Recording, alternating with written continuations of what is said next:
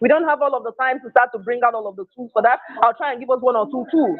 You decide on your emotion to deploy because humans fire emotions. Humans fire emotions. Humans fire emotions. Nothing means anything apart from the meaning you give to it.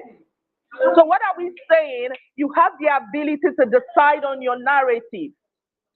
Things are going to happen to you. Listen, the reason you are getting angry has nothing to do with what happened. You only getting angry because of a state, the programming that is already within you. So in emotional intelligence, for instance, I say, I don't hear Mandarin. If somebody comes to me and say, Uche, you are stupid in Chinese language, I'm not going to react. Because my five senses can't send in that data to my brain. It means nothing. But you see, I'm from the Igbo part of Nigeria. If you say to me you are stupid in Igbo, you know what? My emotion will be triggered. What are we saying? Everything outside of you, without raw data, you are the meaning-making machine, ladies. You are the meaning-making machines. And the meaning you make out of events actually what decides where you end in life. Your result is where the outcome you create. It has nothing to do with those events. So look back into the events that got you so happy, the events that got you so sad, the events that made you make certain decisions. Some of them you are regretting, some of them you are happy about, and notice that those events are independent variables. They are independent variables, raw data. It was because you made a certain meaning that made you react the way you reacted. It was Viktor Frankl that said that between stimulus and response is a gap. And in that gap lies your power to choose your responses. And in your responses lies your leadership and opportunity, leaders. The power is in your responses. But you see, you can't respond until you interpret the data. Essentially, we receive data through our five senses. So you're going to hear things. You're going to sense things. You're going to see things. People are going to touch, and you're going to feel things.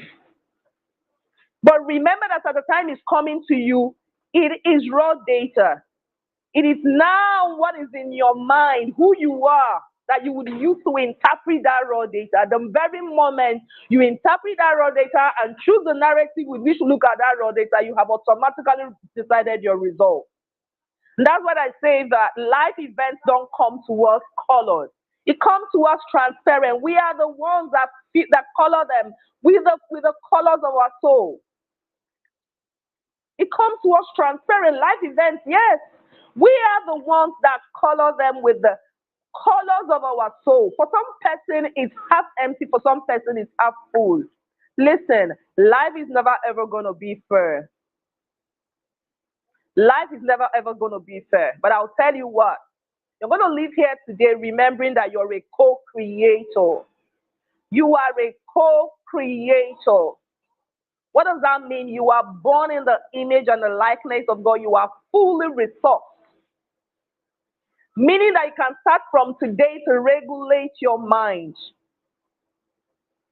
in a way that you are creating results that support your future, not results that enable your past, because the past is gone. It's the results that enable your future that you will start to support going forward. I've mentioned three things today. One is that you need to look into the concept of your identity once again. Who are you?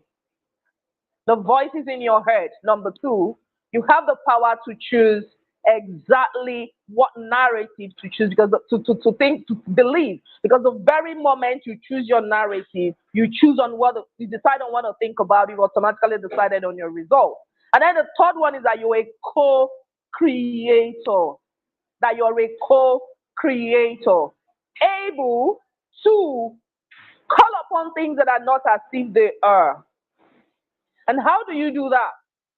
Start to use that gap between stimulus and response.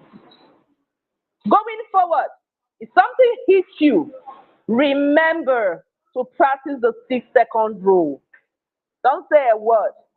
Because at that moment, you will be taking data from your limbic system, which is emotional brain, to your neocortex, which is your thinking brain. That's just one tool. Another one I say a lot to people is start to practice meditation. Start to practice consciousness. You can go to Google anywhere, look, check it out. And but what I've realized that the more you practice consciousness and meditation, you will start to widen that gap. So that when events happen, you are taking your time to interpret it and decide on the narrative you want to work with. Because the every moment you decide on your narrative, you have decided on your results. As a man thinketh in his heart, so he is. Thank you very much. I hope you've been able to get a little value. Thank you so much. Thank you so much, Coach Uche. I don't know about little, but I got a lot. That was amazing. It was so great. I mean, look, listen. This is look at the comment box. It says, "Who are you? We have the power to choose our narrative, and I am a co-creator." Oh my goodness, that is just awesome. I mean, does someone have a question for Coach Uche before she runs off? She's about to take the flight. That was so powerful, Coach Uche. We loved it. It was amazing. Thank you for making out the time. I appreciate you, my sister. Thank you. Thank you. And this is what it is about being a servant leader. It's not going to be convenient, sis. And so many of us here is like, Dr. Louisa, I didn't sleep well last night, so eh, maybe next time. No, that we don't do that. We just show up and we go. And look at my sister is in the airport, but she is here delivering fire. I don't know how many of us felt the fire in the bones. Get in the comment box and say yes, yes, yes, Coach Uche. We love you. Thank you. Get in the comment box and appreciate Coach Uche so that she can come back another time. Because if you don't appreciate her, she's not going to come back. She's not going to come back. Women who win Africa. You know how we do it. Go in the comment box and give us some love. That's what she needs as she gets on. It said so much fire from Dr. Julia. We love it. Everyone is enjoy. I mean, everyone had a great time. Coach Uche, thank you, thank you again, my sister. I appreciate you. Thank you for all that you do. Yes, so get in the comment box and just let us know how you're feeling at this point. Did you tell me your country? Because I'm seeing all the amazing names. One thing about Africa is that our names are so creative, and some of them I can't even pronounce, and that's why I want you to put in your country, okay? Just so that if I cannot pronounce it, I'm going to say my sister from Botswana. Yes, Mariatu Sese is right here from Sierra Leone. That's our ambassadors from Sierra Leone. They're right here. Rose Omango from Kenya. Is good to have you in the house. Thank you so much. Etongwe, let me know where you're joining us from.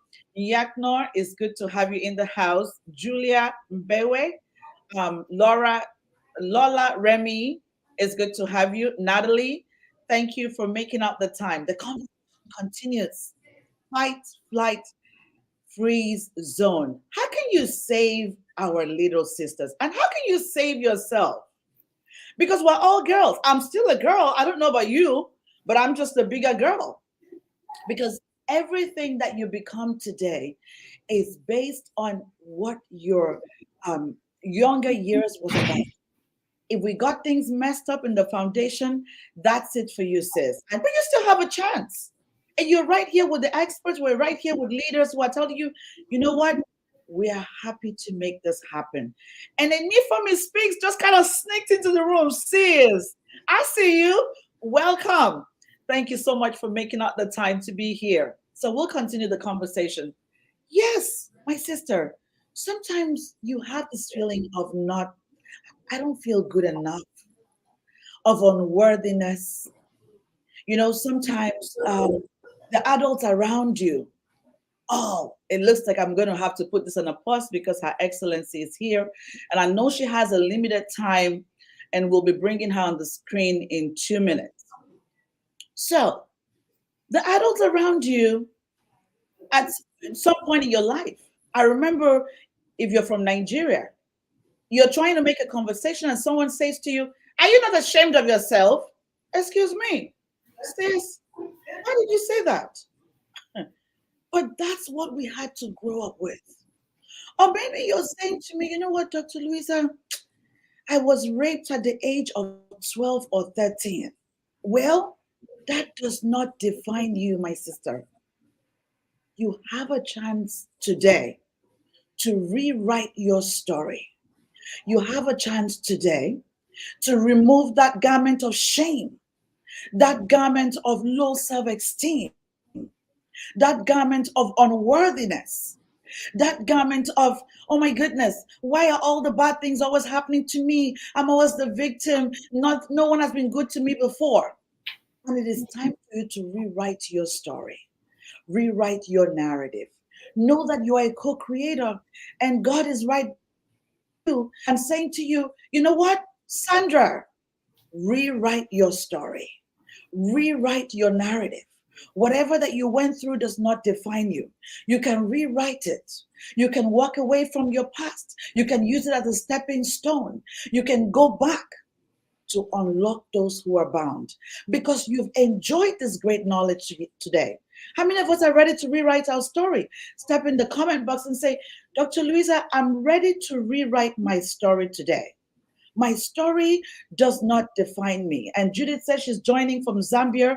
Welcome. Thank you so much. Thank you. Coming in, everyone, and just let me know what country you're joining us from. Rewrite your story and your narrative.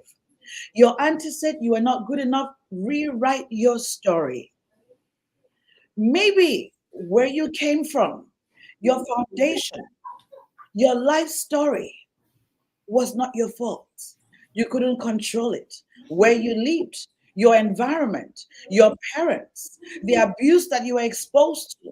But you know what? Today, you can begin to rewrite the story of your life. Rewrite it. Nobody's going to do it for you. Lebo, it's great to have you here from Botswana. Thank you so much for joining us. Rewrite your story. Rewrite your story and encourage your younger sisters. Encourage your older ones. Encourage your mom. Encourage your auntie, whoever, to rewrite their story. You cannot continue to carry the pain. The pain is too heavy, my sister. You've been carrying so much baggage on your back. Doesn't it hurt you? And so you begin to bleed on people that did not hurt you. And so the world continues to be a bitter experience every single day. But you can own up your responsibility today to say, you know what, I'm going to change my own narrative and support others who are ready to be unbound. Thank you so much, everyone, for being here. I'm seeing the different countries. They said my mom is joining through my phone from Nigeria. Amazing.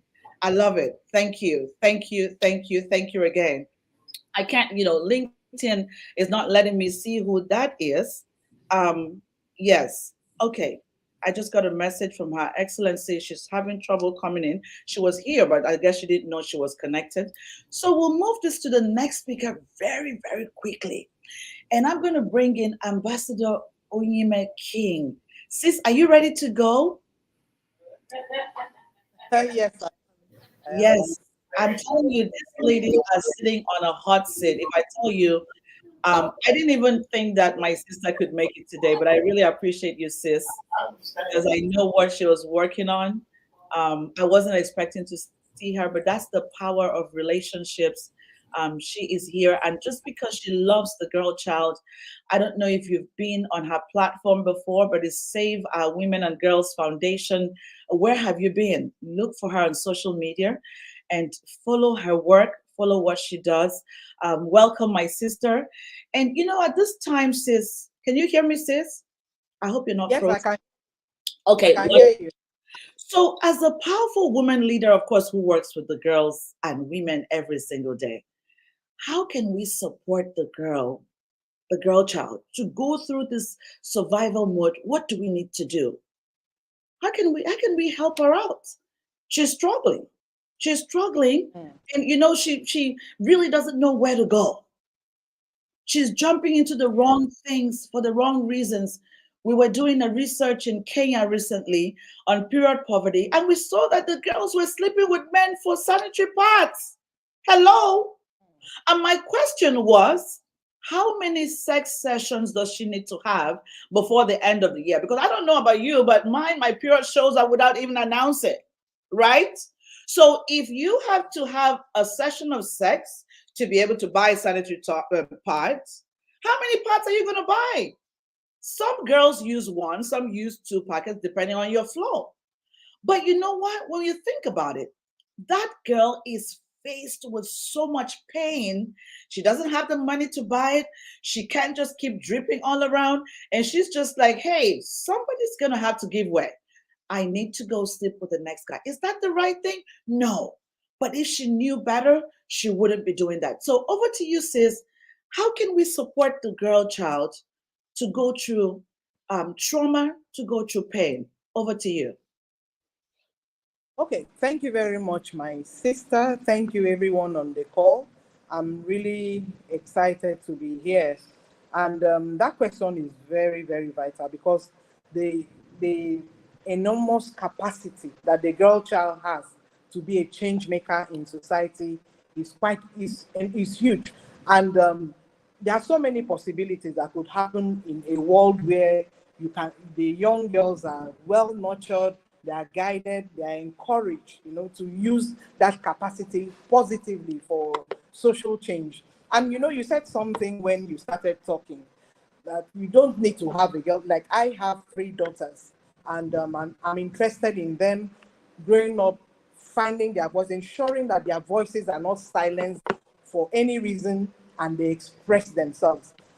There are some people who do not necessarily have female children, but you have a lot of young girls around you. One of the things that I do personally is to ensure that any young girl who reaches out to me, I make myself really accessible on social media because I'm active on social media. And I have a lot of young girls who come into my DM, they want to talk, and I'm always available. I give them my number and they follow me all the way to WhatsApp, and we have conversations. So you see a lot of young girls around, their voices, their potentials, their capacity has been silenced, by some of the things that have happened to them in the course of life. It may have been having to go into an early marriage. Let's face it, it happens where young girls are given out in marriage quite early, maybe because there's poverty in the family, or maybe it's an abusive marriage situation, or maybe it's even a lack of formal education, which makes her feel inferior to her peers. Social media comparison, let's even look at that, because a lot of young girls are on social media looking at what is going on, thinking that every other person compared to them are more successful, they are more popular, they are more funny or intelligent or more attractive than they are. And this makes them feel as if they are worthless and they're just not good enough. Or maybe they try, to hide who they really are and present a false self to the world because they don't have that confidence. Because I'm very, very particular about young girls having the confidence to step out there and show up powerfully. Or maybe they could be avoiding social situations around and getting around other people because they feel bad about themselves. So the question is, why do I feel inferior? As a young person, why are you feeling inferior? Is one question that we really need to look at, because it's something that prevents a young girl from showing up as she should show up. And of course, we have a situation where, because of a temporary thing, making temporary, permanent decisions based on temporary situations that may be happening. And as a result, they feel, okay, this thing is happening to me. I don't feel that I measure up. And as a result, they climb up. When I looked at this topic that Dr. Louisa sent to me, immediately the first word that came to my mind was trauma. Trauma, because trauma can cause you to climb up. It can cause you to either decide that, okay, I'm going to go into freeze mode, or I'm going to take flight. I remember a particular incident as a young girl where I think I went to visit an auntie, and 2 of her dogs just put me, one was on my left, one was on my right. I was in the middle, and the dogs were barking, and I was so scared. I took flight. I didn't even think twice when I jumped on top of the nearest car to avoid that situation. So, looking at it in comparison to this topic, some young girls have experienced things that have made them either decide, okay, I'll run away and avoid that situation, or nobody's going to hear my voice. And once your voice is silenced, it is a traumatic situation, because one's voice is a powerful tool and it's an amazing instrument for communication of our feelings, our emotions, our ideas, or our wishes. And it's a very vital tool for significance because it helps to amplify whatever message you have to give to your world. And for me, a girl's voice is her logo. That's her product. That's her brand. Because nobody has your words or your voice tone if you are being authentic as a young girl. And then your voice has the power to bring about positive change in the world. So imagine a situation that something has happened to silence that voice. And the fight or flight or freeze responses are all fear responses.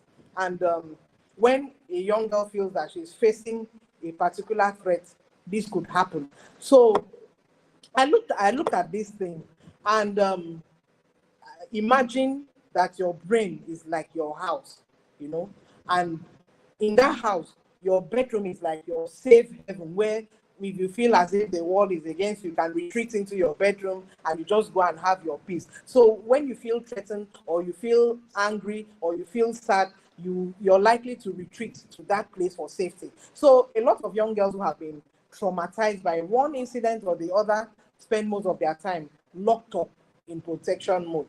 So whatever represents that bedroom of safety in their lives is where they opt to remain because it is what has kept them alive. So they retreat into survival mode, a term that Dr. Louisa has used constantly on this call. So in order to create a safe haven that frees a girl from fear and uncertainty, anyone who is in a position of being a mentor or a coach has to create an environment where they feel free to come out of their shells. One of the things that we did a whole lot at Save Our Women and Girls Foundation, which we continue to do, is when we have trainings, we don't only, when we are training, we do a lot of skills trainings and acquisitions. We don't just train the hands, we talk to their minds as well. So what we do, we bring in people to come and people who have succeeded, people who come and speak to their minds, and they keep speaking things that will enable them to find confidence in themselves.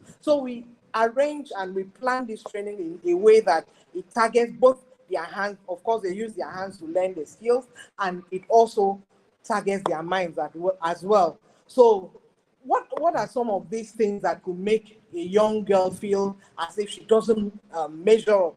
Some of the things that could make a young girl decide, okay, I'm going into flight mode, or I'm going into a freeze mode, or I'm going to decide that I'll fight this thing, is comparison. It is very, very, very rampant these days because of the social media thing. Social media can lead to a lot of unhealthy comparisons for a lot of young people, because people come on social media and present a perfect situation.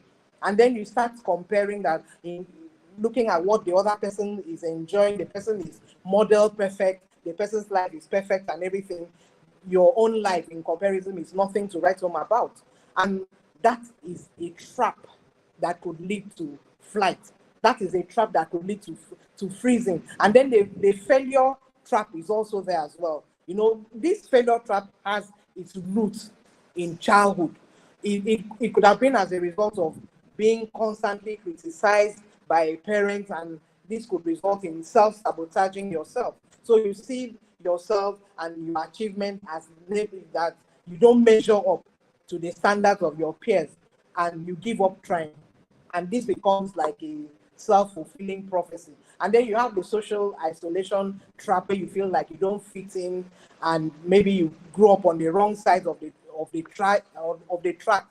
And then you also have the defectiveness trap. Is a situation where maybe you grew up with a parent who put themselves down a lot, and somehow you've internalized this, or you grew up with parents who were perfectionists and they pushed you, into to succeed at all costs, and they left you feeling like you were not good enough. So some of these things are rooted in how you grow up, or even the minimization trap, where you minimize your positive qualities and focus on the negatives, and you, as a result, you look at yourself that you're not good enough, or black and white thinking. You look at yourself and you tell yourself things like, I'm a complete failure, or I'm not perfect. You gave yourself those total blanket statements that everything is either black or white, without realizing that life also has shades of gray in between. You may not be perfect, but there are some things that you do get right. But because of this trap that you've gotten yourself into, you begin to feel less than you are. So some of the ways that we can encourage young girls around us is that make yourself available. There's something that I wrote some years back even. I said something that if you make yourself unnecessarily inaccessible, you rob the people around you, you rob your society of the benefits of the investment of other people in your life. There's somebody that said one or two things to you that made you decide to take a decision that turned things around for the better in your life. There's somebody who was constantly there encouraging you, telling you this is the way to go and all of that. So you need to be in that position. If you have young girls around you, you have your daughters. I do it a lot.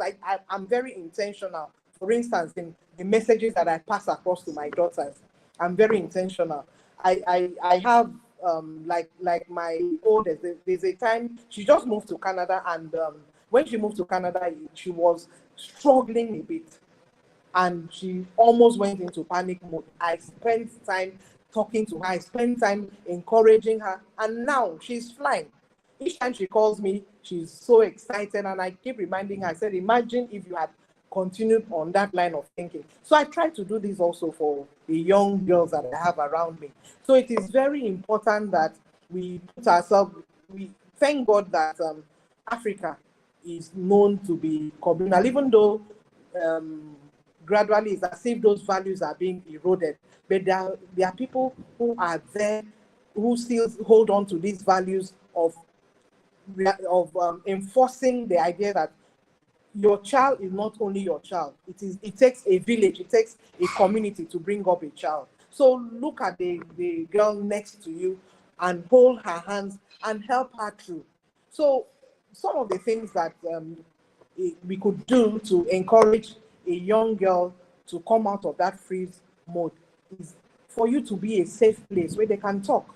Something as simple as that. You cannot imagine how powerful that could be. That somebody, a young girl, can walk up to you and you're not trying to fence her off.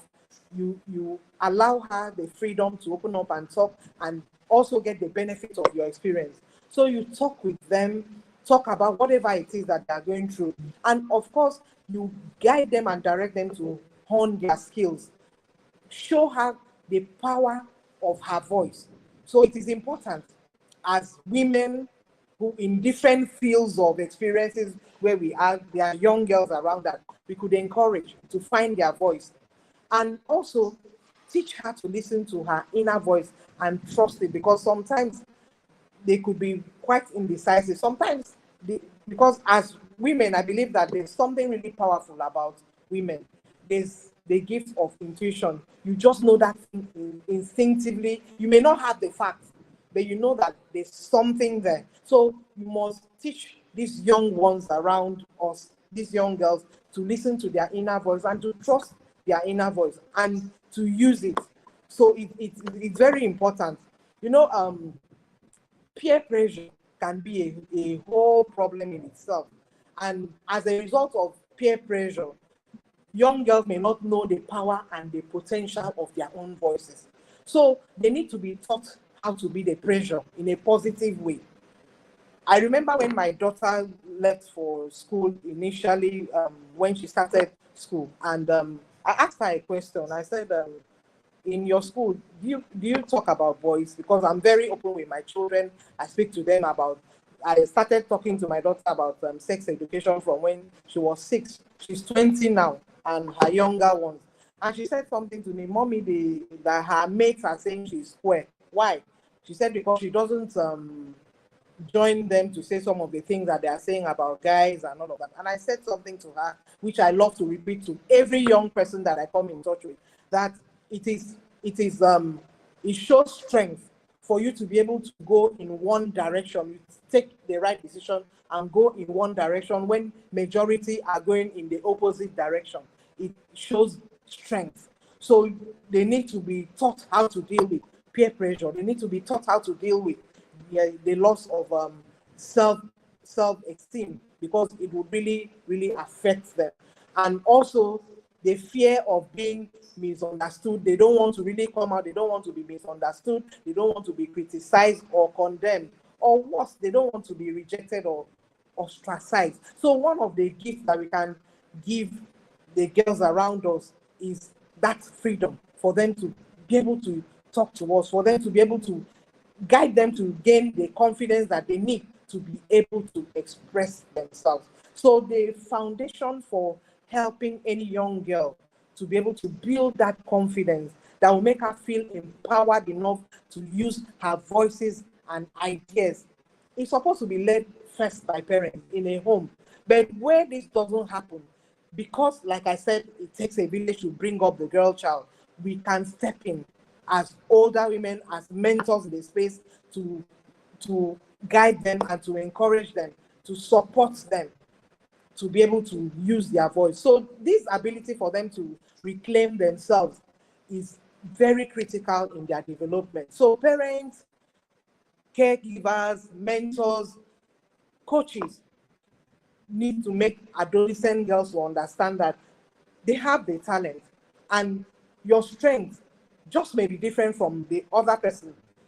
Your talents are you. So we need to try to help them to focus on what they can do and to hone their skills to do it better. Help them to focus on what they can do. And then, of course, sometimes society and social media does not realistically portray the best you. We have these media portrayals that make the girl child begin to feel inferior, like I said at the beginning. So we need to guide them and let them know that it's not everything on social media that is true. So we need to let them understand that they do not have to listen to what society and the media tells them to be. I know that it's very difficult in a world where it looks as if everybody is having the best life on social media. But the things that make a girl the most interesting are different from what makes her friend interesting. So we should let them know that they should not be afraid to be themselves and take pride in whatever accomplishments they have. Do not look at what the other person is doing and then look at what you are doing and then begin to talk down on yourself. Give yourself a ribbon. Even if it's a ribbon for just participating, give that to yourself. Give yourself points for just showing up, because it takes a lot to even show up and be there. And then try something new. Take pride in yourself and push yourself. Push yourself. It helps you to find the strong you. So in summary, what I want to say as we talk about the girl child and celebrate her is that it's from her that all life sprouts. So let's support a girl child today to live her dreams. Let's support her and not demean her contributions, because sometimes too, the way we talk to somebody could make her feel less. So let her speak, because a girl whose voice is out there is an unstoppable force. Thank you very much. Thank you so much, my sister. That was so awesome. Please, guys, get in the comment box and celebrate Ambassador Unyime King. I don't know. I'm sure you're just wondering. There's so much knowledge in this woman. But of course, she is a power leader, and her community, you want to make sure that you are part of her community. Save Our Women and Girls Foundation and also Ubon King Foundation. Please follow them and just see all the amazing stuff, all the amazing contents from them. And of course, because she's here, I'm going to celebrate my brother, Dr. Ubon King, because he was behind me all the way in everything that I do.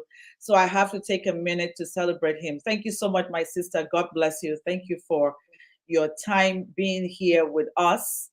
Thank you. Thank you for, of course, the sacrifice. And at this point, Her Excellency is here. So I'm going to have to bring her on because I know she doesn't have a lot of time. Are you there, Her Excellency? Oh, we lost her there. I don't know what happened, but I guess she's going to be back. I think she had probably more than one. We'll try again. Let's see.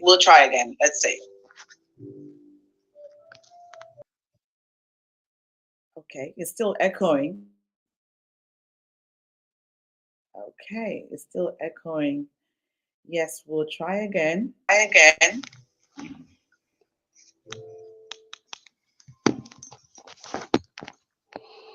Hello, Her Excellency. I think you might have, do you have more than one device? I don't know why it's echoing, and we're very happy to have you in our midst. And please, the team members, help her out. That's so frustrating that it is echoing. Do something and do something great for my sister. Okay, so we're just gonna move this to Auntie Etima, Coach Etima. Right now, let's try to bring her in before Her Excellency is ready for us. Yes, so she is the lead mentor of the Girls Hub. Ha! Let me tell you, if you're looking for where your girl can go, this is where they should be. What are they doing on social media? They have to be part of the Girls Hub. And I know something exciting is coming up with the Girls Hub, which of course she's going to be talking about it very soon. And I will also share the flyer on our page just so that you can hop over and be part of that. But it's so great to have you here, Coach Etima, as we continue this conversation. When we had Ambassador Onyema King just speaking, it came to mind for me that trauma is really a psychological injury. It messes you up. And so some of you might be wondering, have I actually experienced trauma before? Yes, you have. It is that experience that you feel like I wasn't supposed to have this. I don't know what to do with this pain. What do I do at this point? Do I get angry with everyone? Do I just kind of freeze into my shell and shut down? Sometimes some experiences takes away your voice. You hear people say things like, you know what, I used to speak so well before, Dr. Louisa, but after I had this experience, I became so ashamed. I became so shy. And there's another elephant in the room, which is shame. Shame is something that we have to seriously. You have to kick out shame wherever that you find shame. Because I find that if we look at the world today, the girl child is always expected to be ashamed. I don't know why. Especially in Africa, the girl child wants to say something like, shh. That's where it begins from. Shh. You're not given a reason why you should keep quiet. And so you've been shut up for so many times that when it's time for you to actually speak out, you don't know the right thing to say. So we're constantly feeling that I should be ashamed. Oh, you know what? I was in a relationship, it didn't work out, so I should be ashamed.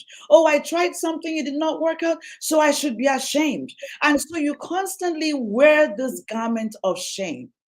Well, today I've brought a woman who is not just a woman leader, a girls advocate, but she's also a purity expert. I don't know if she's going to go that route today because trauma, when we look at trauma that is even caused by sexual abuse, because that's a lot that's happening everywhere, some of these girls don't know what to do right from there.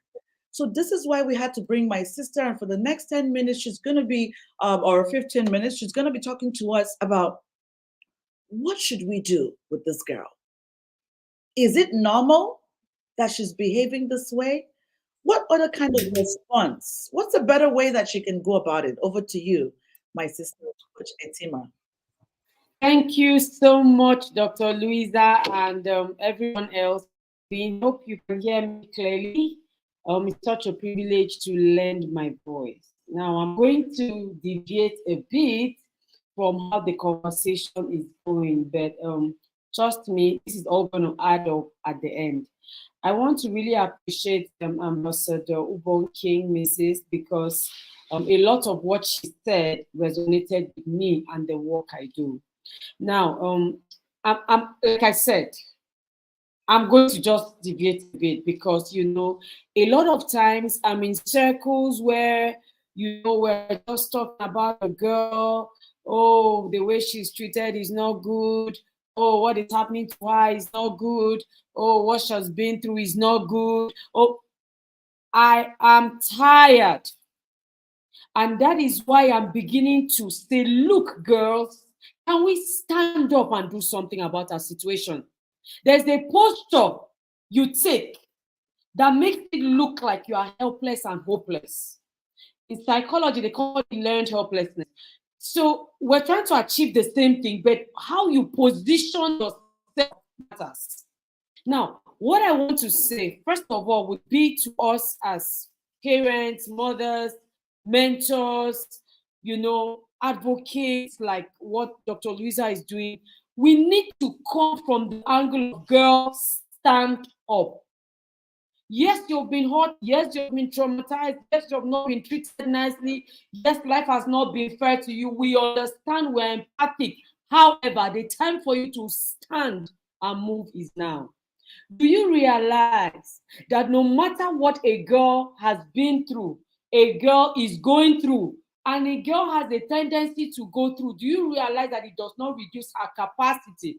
It does not reduce her abilities. It does not reduce her talent, her giftings. No, nothing changes. So why don't we focus on what it is that God has put in her and bring it all out? Because a lot of times there's a thin line between what she has been through and where she is going. I choose to focus on what it is submerged inside every girl. I've been working with girls for several years, and recently I intensified it with the work I do at the girls' home. I had a session with a group of girls, and I said to them, can you tell me why a girl was created? I mean, God had created the land, sea, light, darkness, trees, river, everything, created man to man it, and everything was fine. Why was it that God still had to create a woman? She was the last creation. And some of them were saying, some of them were saying for gender balance, some of them were saying for procreation, for companionship. And this amazing girl would stand up and give me the answer I was looking for. She said, because she didn't even know how to say it. She said, because, without a girl, the world will just be going anyhow. A girl is the one that comes and brings some kind of, I said, direction. I said, good, that's it. Do you know that whether a girl is raped, whether a girl is hurt, whether a girl is harmed, whether a girl is poor, whether a girl is rich, do you know she still has the capacity to direct? I call girls destiny directors. So it doesn't matter your circumstance. Now, our job as mentors and mothers and amazing bigger girls is to help a girl redirect her to the reason why she was created. Before session with girls, I come back depressed. I am crying, I am weeping, and I used to wonder what exactly is the problem. Then I realized it was because of how unaware, how redundant this capacity, God-given capacity is, that is untapped and unknown in a girl. We come and have conversations about girls. When we finish, we cry, we hug each other, and we go. That is not empowerment. That's not how to empower. Knowledge is power. It is the knowledge that you give to a girl that helps her stand up and move. It doesn't matter whether this girl cannot afford 3 square meals. It doesn't matter. It doesn't matter whether this girl is the child of the rich, of the poor. And I'm sorry, I'm not trying to be unempathic. I'm just saying that it is time for us to clean our tears, dust ourselves, and move. And it starts with us. There is a way you will position yourself when you are talking to a girl. There is fire lit up in her bones, and she cannot wait to move. But when you come and say, it's not fair the way we are treated, it's not fair what is going on with you, she's never going to see herself as power. She's never going to see herself as a destiny director. She's always going to see herself as a victim. Do you know that I noticed that even girls who have not really gone through ACEs, like adverse childhood experience, I mean the bad ones, they are in degrees. Some of us didn't go to the really bad ones. Some were just a bit of trauma, not much. Do you know that even those ones have a problem? And you're asking, so what is your problem? You were not raped, You were not hurt. Your parents didn't die. Nothing terrible really happened to you. So why are you not soaring? So do you see that the problem is not really in their experiences? The problem is the knowledge gap, the awareness gap, the superpower gap. I was having a session with a girl. She's just 15 years old and she was caught having oral sex with a boy in her class in school. I'm talking about 15. And this is about the second one I'm having this year. You know, you hear these things, but when you're now meeting them, it's a different ball game. Now, this girl was having this oral sex experience in school. And I asked her, why did you do it? She said, because the boy said there's nothing there, you know, it's not that deep. And by the time I was done, I realized, just like so many other girls in the world, that a girl needs a sense of supremacy. The boys have it. So the boys come to you, they ask you for anything as a girl, and they know that you will give them. They are confident that you will give them. The girls, however, have this sense of surrender. Whatever you say, I surrender to it. Whatever my situation, I surrender to it.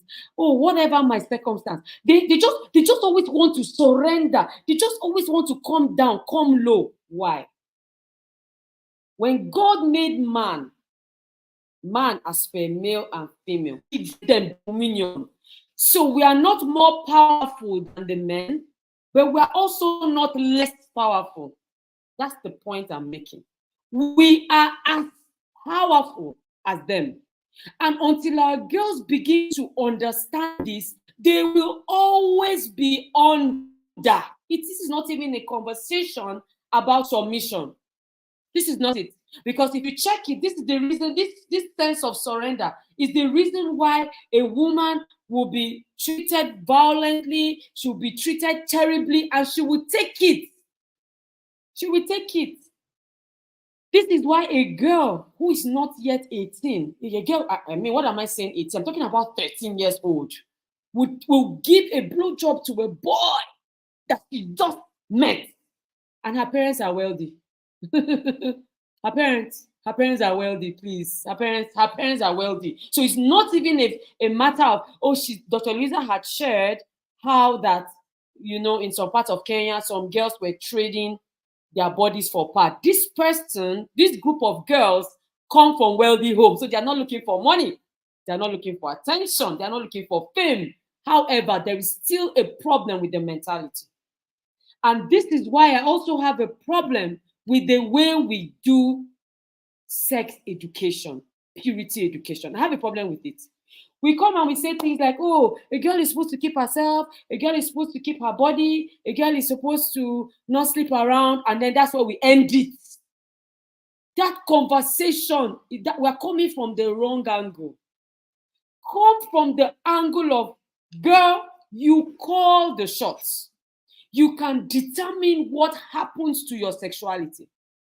Why is it that everything is about body, sexy, and the girls they have grown to accept the fact that every time we're talking to girls, we're talking about sexuality and talking about sex education and talking about keeping their bodies. For the girls in the girls' hub, sex education is only one of the conversations we have. We have refused to grow.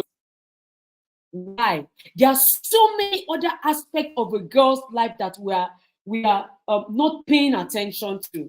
And I realized from experience, it's almost 20 years I've been working with girls around the world, that when you focus on other things, when you focus on her value, when you focus on her confidence, automatically she's sexually intelligent. So the purity education that you're coming with every day, if you tell her how she has so much inside of her, she needs to discover her strength. I usually tell girls that there's so much submerged on your inside. Can you spend your teenage discovering it? Can you spend your teenage dating yourself and not dating guys? When we focus our conversation on what the girl has and who she's supposed to be and where she's going, nobody will tell her. She'll automatically get the sense that she's supposed to keep her body.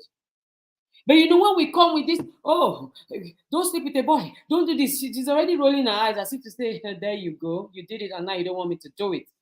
And I say to them, but I didn't do it.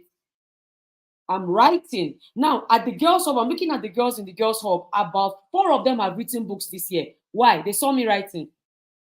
Then one girl wrote, and the other 3 said, if she can write it, I can write it. Which is why I agree with Ambassador King that girls need mentors.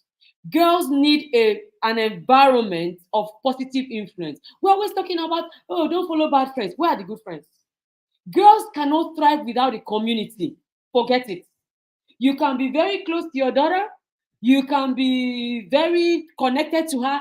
She needs a circle, a community, a girl gang. She needs a girl gang where she is positively influenced, where she is positive, where she's pushed, where she's challenged to be more.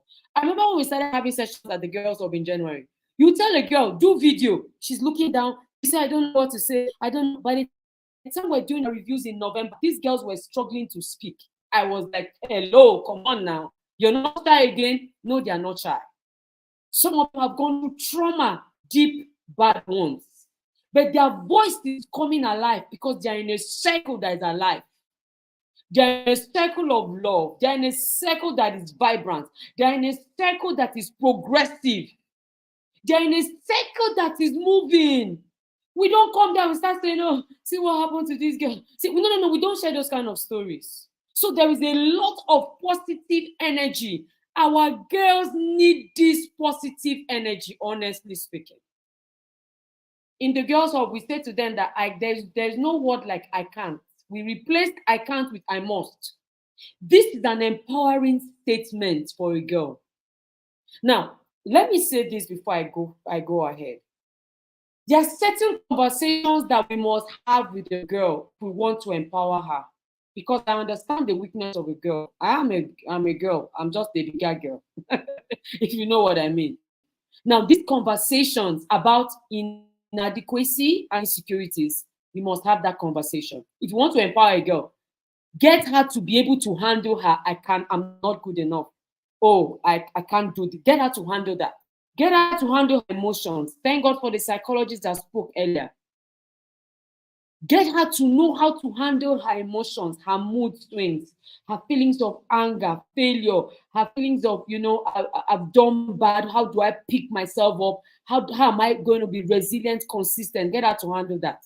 Get her to handle peer pressure because it will come. I saw a group of girls the other day and I was talking to them and I was like, why are you insisting on being this girl's friend? And she said, because they're the cool girls. Girls want to be in the cooler gang. They want to be on the cooler side of life. So how does she handle negative peer pressure? Get her to be able to do that. Now, get her to handle mean girls and bullies. Because some girls can be mean. Trust me. Some girls can be really mean. Get her to, if she has the strategy of what to do, you are empowering her. Finally, get her to understand boys. You see this boy conversation that we just, whenever we're talking to girls, we're making it sound like, oh, the boys are coming to deceive you. The boys are coming to hurt you. The boys are coming to rape you. The boys are coming to harm you. That's not right angle to take it from. She must know, you need to teach her. It's because we have not taught them enough. That is why when a guy says, sleep with me, give me a blowjob, a girl will do it. Because she doesn't know what a boy was meant to be doing in her life. She doesn't know how to handle boys. She doesn't know how to relate with them. Boys are supposed to be handled cordially, platonically, with boundaries. So you don't take her away from don't talk to boys, don't talk to boys. That's not the solution. You have to talk to boys. But when you're talking to boys, what are you bringing to the table? That's what I tell my girls.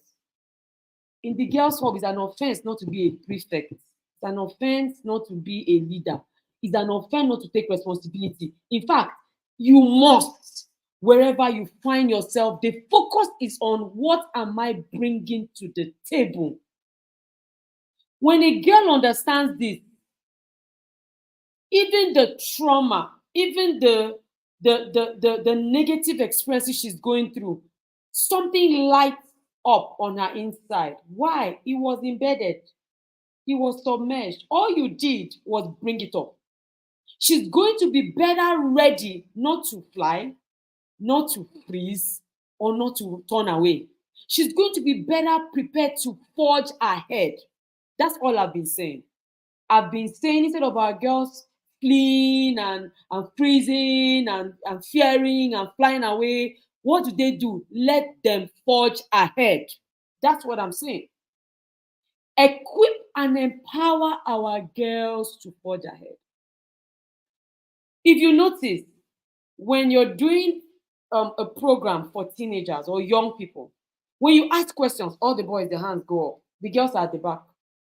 What if I'm wrong? I don't know the correct. They just have this sense of the boys know it all.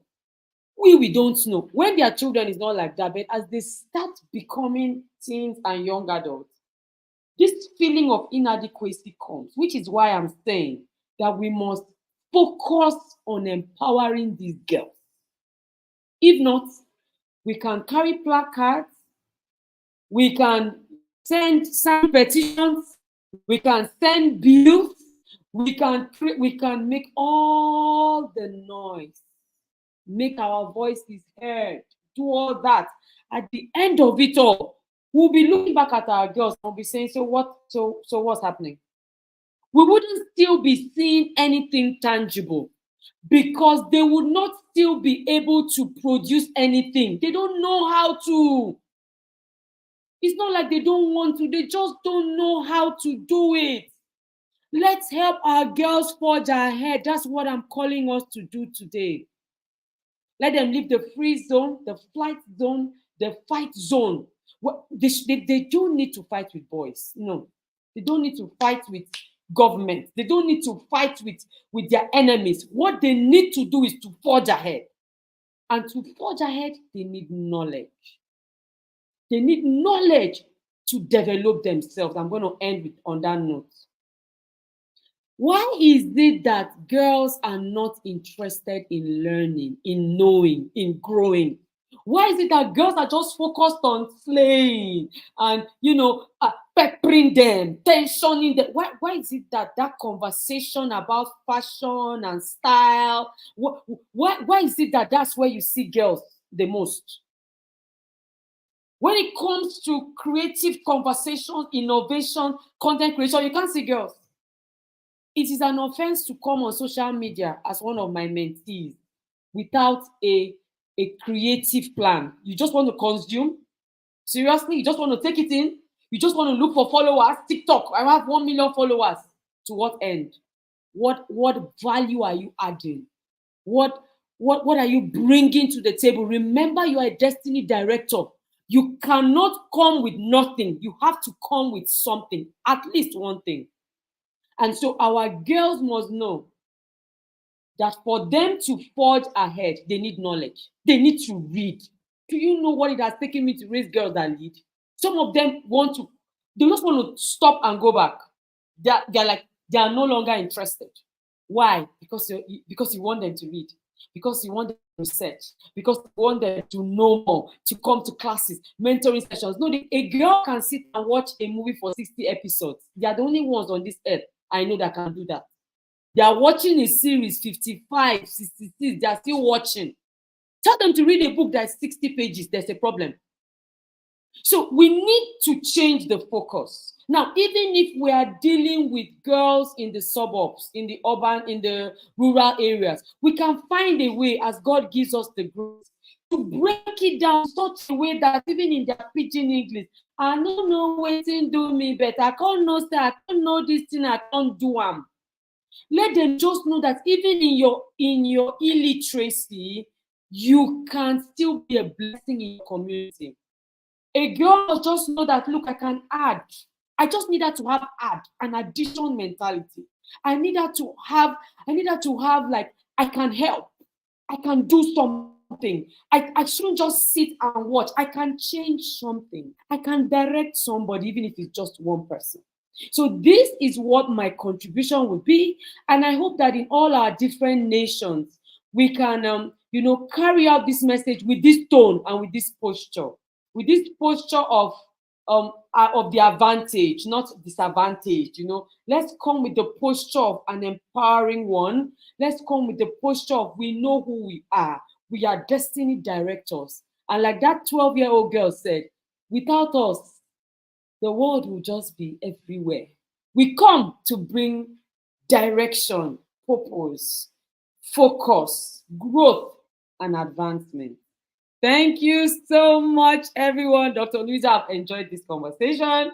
Thank Thank you thank you. for all your comments. I really appreciate Yes. it. Yes, you brought the heat. I love it. I love it. I love, the fact that we have to empower the girl with the knowledge. So you see, that's what I was talking about. I said we're here to change the narrative, right? When you look at research and what the world is talking about, I said, oh, I think the flight was the best way to go because she's able to stay away from harm. But Coach Etima says we're not even flying. She's going to sit grounded and get it done. She needs to know who she is. I love it. Thank you so much. Thank you, Coach Etima. It was such an amazing time with you. Everyone, please jump into the comment box and celebrate Coach Etima. Celebrate Coach Etima.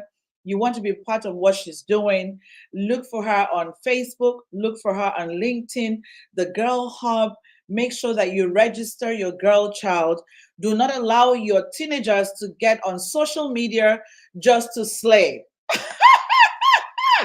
No more slaying, please. Excuse me. Go to the Girl Hub. That's where it's That's happening. it. Okay? Period. No more slaying. Thank you so much, sis. It was so good to serve with you. Thank you for your time. Thank you. Man. Thank you, Get man. in the comment box and just show her some love. Everyone says, Coach Etima, well done. Wonderful presentation. Amazing Queen Mother. See, someone gave her a title right now because she hit it up. She hit it up. Thank you. Thank you. We celebrate you. Thank you, Coach Etima. This was awesome. Wonderful. Our posture is advantage. There you go. Coach Kemi is here from the UK. It's good to see you, my sister. Thank you so much for making out the time. Pauline Atta, it's good to have you here. If I haven't mentioned your name, because people are just jumping in, please let me know what country you're joining us from. And if you're not part of what we're doing, where have you been? Okay, I'm going to forgive you for now. But thank you, sister. It was good to have you.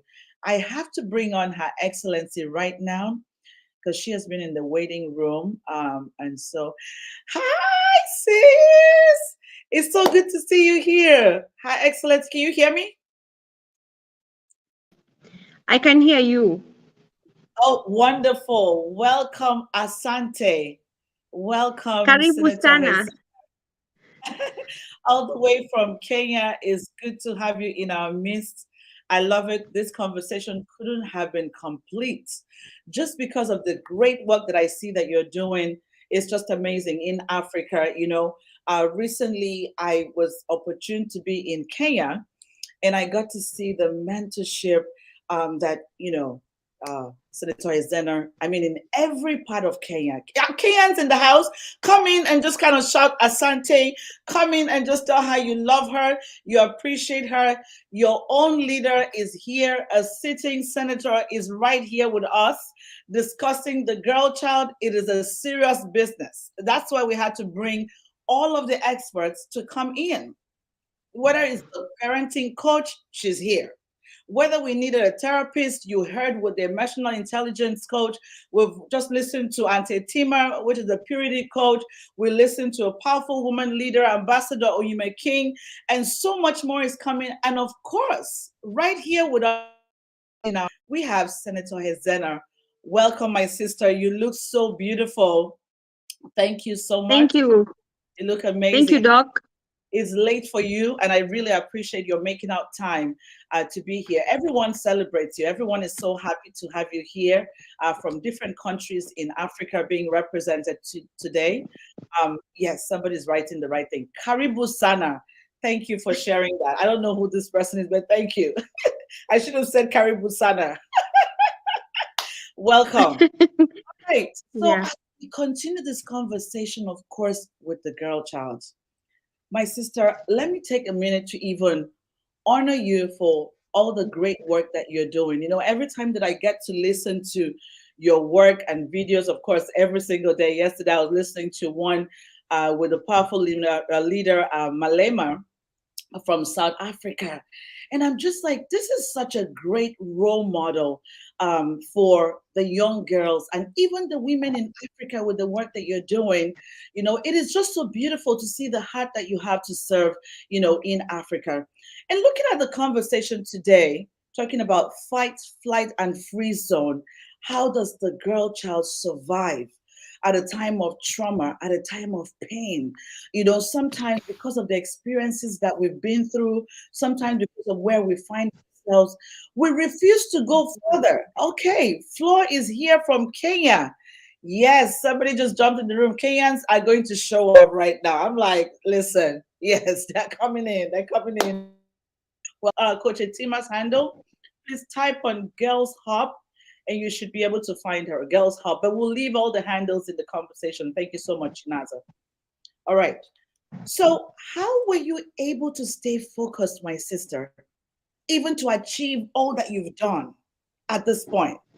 You, of course, you must have had some kind of challenges. You must have been around, you know, living in Africa can be traumatic too. People can just hit on you and hate on you, or anything can happen. Even going through COVID, it was a big deal.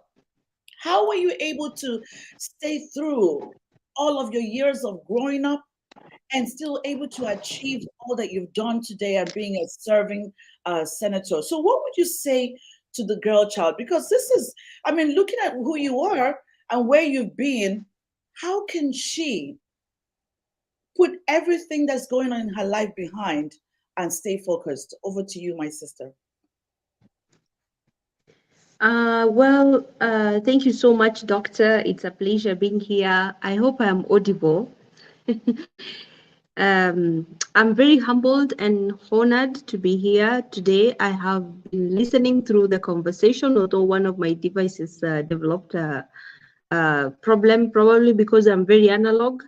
But it's been a wonderful discussion, very fruitful. I've had a lot of wisdom from the previous presenters, and I feel like this is what we need as African young women, because we actually need to change the trend, because the trend that has been there when I was joining politics, first of all, I'm the youth senator in Kenya, so you can imagine they call the Senate the house of the old, but I managed to get in there. And one of the things I would attribute that to is being a go-getter.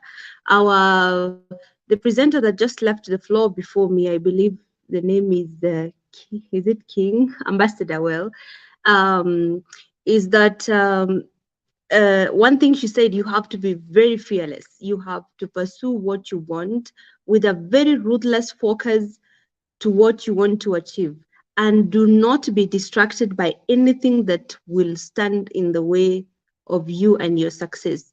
A lot of times when you find challenges in life, you want to choose and decide, is this setback worth beating yourself over? Is it worth stopping for?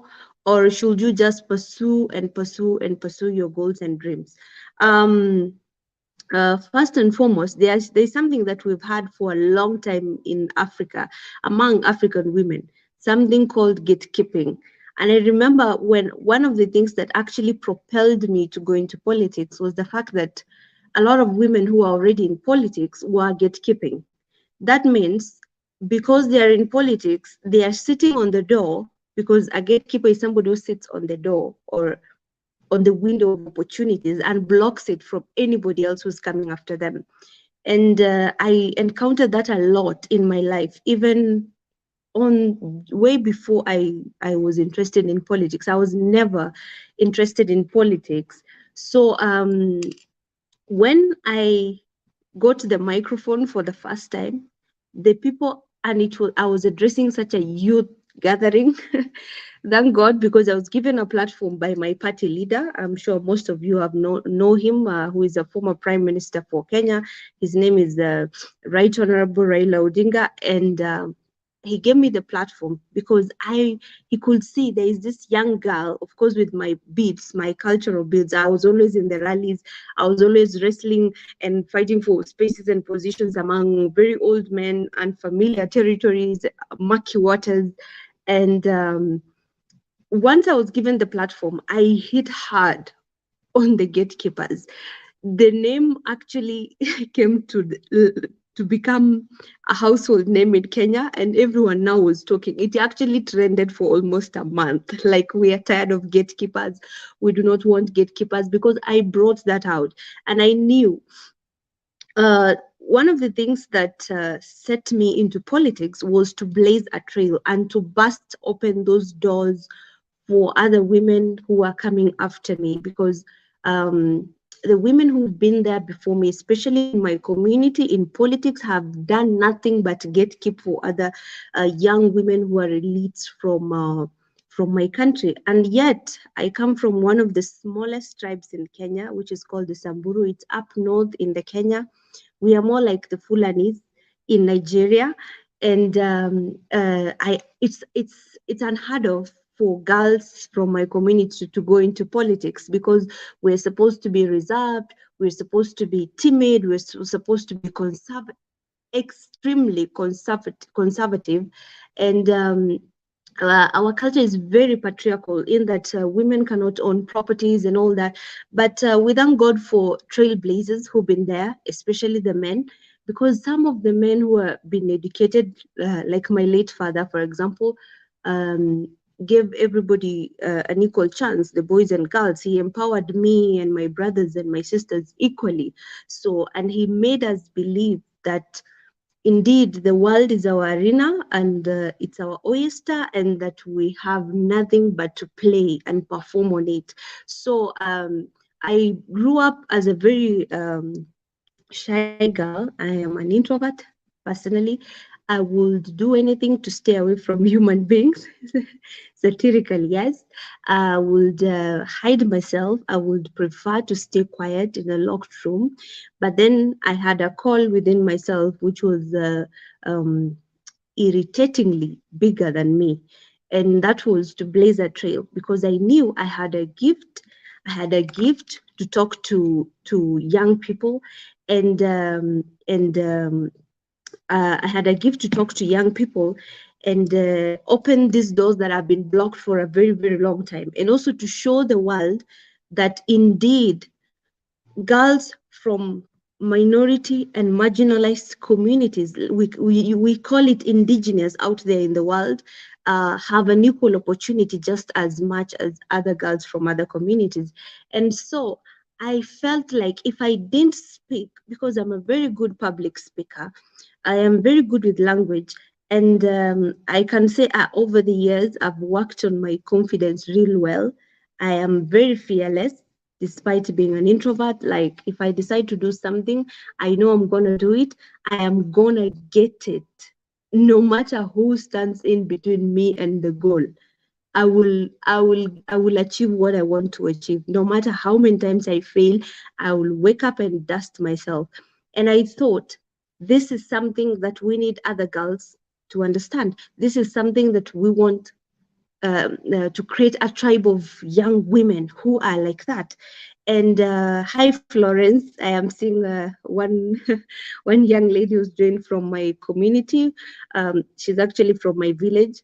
Um, and sorry for that. And indeed, I felt like, since I have had girls from my community who are way older than me, and have been doing spectacularly well in their respective fields of work, in different corporates, in corporations, in government offices and ministries, and who are not in politics, but there are those who are in politics, and they ended up blocking these women, so that there are even some of these gatekeepers will write letters to ensure that no any other Samburu girl would rise into the limelight or to be famous, And I was very heartbroken by that. So when I held the microphone, I just told that our former prime minister, my party leader, that indeed Samburu women are educated, Samburu women are empowered, but we have gatekeepers, and that is our main problem in this country.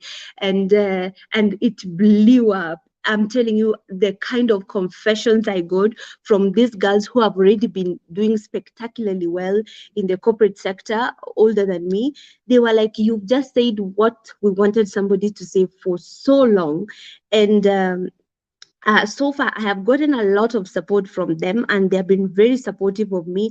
And I just thought, if it will take me to disregard what I would rather do, like mind my own business and be quiet in my own space, if it will take me to cut out of that cocoon, break from that shell, and go into politics, then I will go for the purpose of other girls.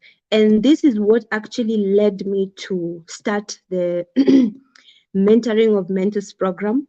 This is where I know I am a mentor today. I am mentoring a lot of girls because I didn't have a mentor. Nobody mentored me into politics. Actually, I struggled so much until I got into the political spaces during the campaigns. This is my first time in politics, my first time participating in actual politics. And then I got this man who was my party leader to hold my hand, because like the speaker who just left the floor before me said, you have to be bold and fearless. Without being bold, without being fearless, you are going nowhere. And I'm sorry to be the bearer of bad news. You have to pursue what you have to pursue with a lot of courage and boldness, because you will encounter a lot of obstacles. Not in the world we live in today, not so many people want to see you win. But and everyone is made so special and unique. I can never be you, you can never be me. Everywhere across the world, you will never find somebody like you. You are made very uniquely in the image and likeness of God. That's why God is a supernatural, supernormal being, because you can't understand the character of God if everyone is different from the other. We are like the fingerprint. Each person has their own fingerprint, and it's not identical to none other. So when you pursue what you want to do not be ashamed of your struggle. Do not be ashamed to start small. Do not be ashamed of the obstacles. Do not be ashamed of your inadequacies, because it is through learning your inadequacies and your through your learning and mastering your inadequacies, you become perfect. You perfect who you are. And in that, you grow. That is purely what growth is about. Being fearless, being bold, and another word lately is be shameless, especially if you know what you want to achieve. Be shameless, because the speaker who was before the speaker that left the floor said something.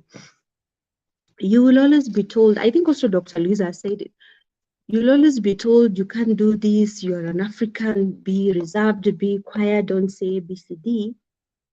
But just take it as if it's a call. You either do it and change humanity, or nobody will ever do, and that change will never come. I like Mother Teresa because she said that whatever you do small things with great love, and then afterwards you will see the result. You cast a stone in the ocean and create so many ripples of change. If you're interested in pursuing politics, you have to be shameless, because they will label you, they will call you names, they will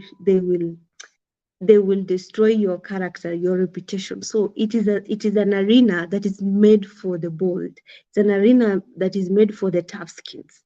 And I will be sorry to disappoint you. A lot of opposition you're likely to face as a young woman, as an aggressive woman, ruthlessly focused on what you want, being very different, being a system challenger, a culture shaper. You will encounter a lot of rebellion from especially the female gender. So what do? I like to want to believe that someday in the future, Like the COO of Facebook once said, her name is Sheryl Sandberg, that one day there will be just leaders, not female leaders, not male leaders, just leaders. So anytime I see a woman fighting me and I really don't know her, women are just very funny human beings.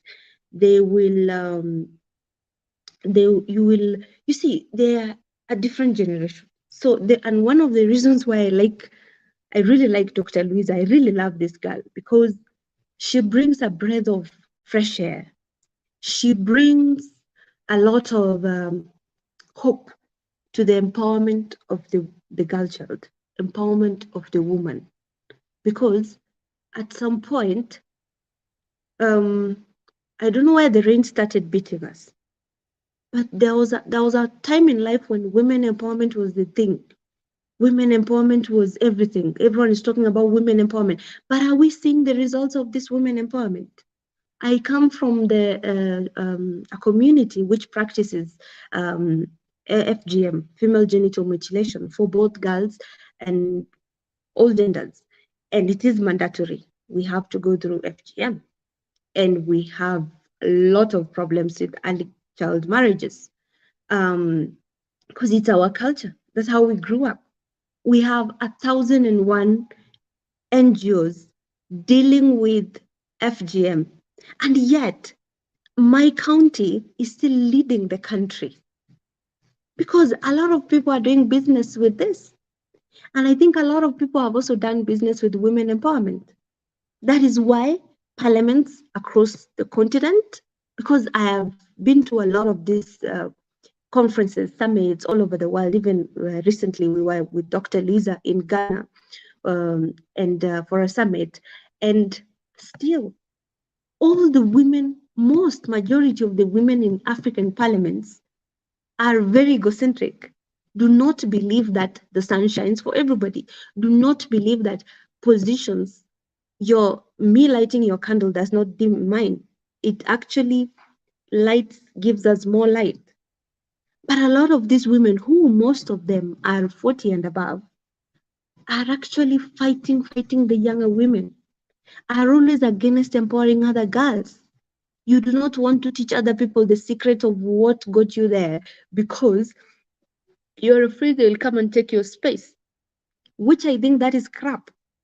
Because, and I remember the first time I met Dr. Louisa, and I was like, wow, this is the first time I am seeing a successful, beautiful lady like Dr. Louisa actually talking about empowering other young, successful, beautiful girls.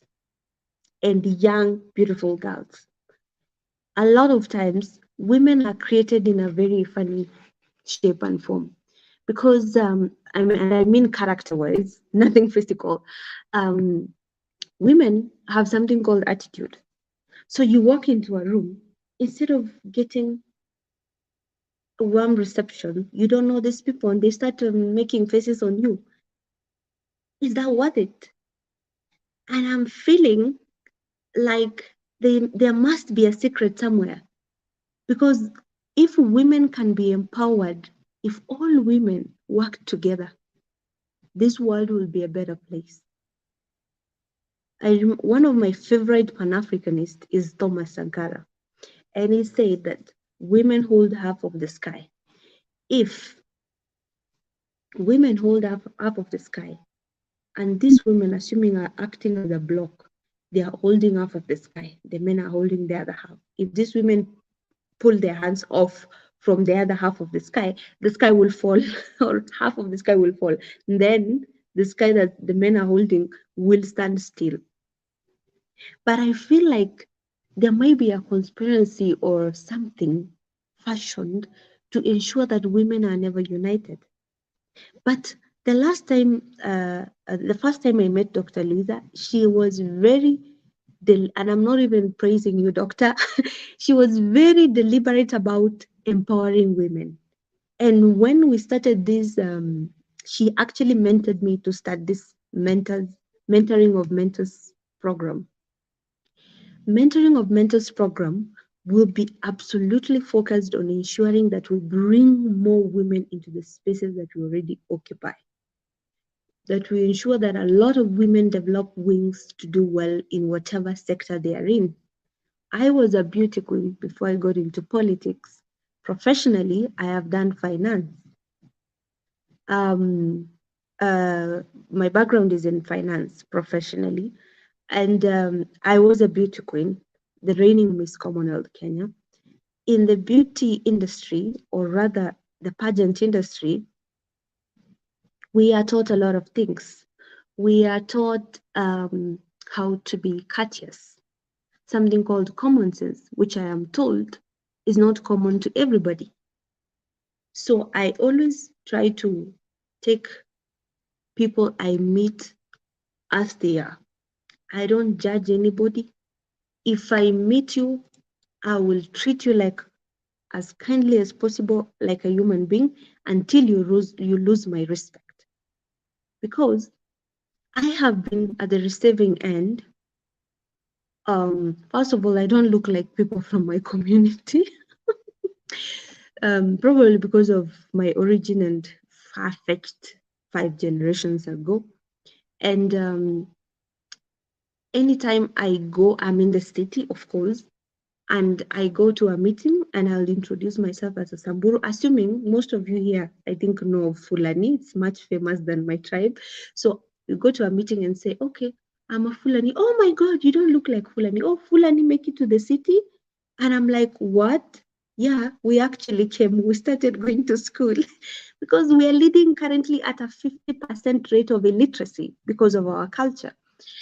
And a lot of times I get that backlash. And what I mean, for a selfish person, they would want to be like, okay, I'm the only one who will be here alone. But and I'll take monopoly and occupy this space for as long as I want.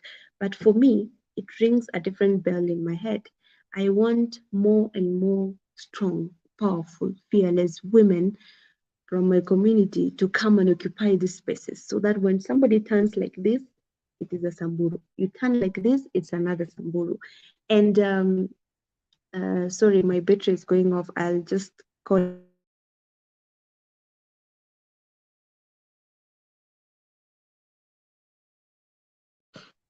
Sorry about that.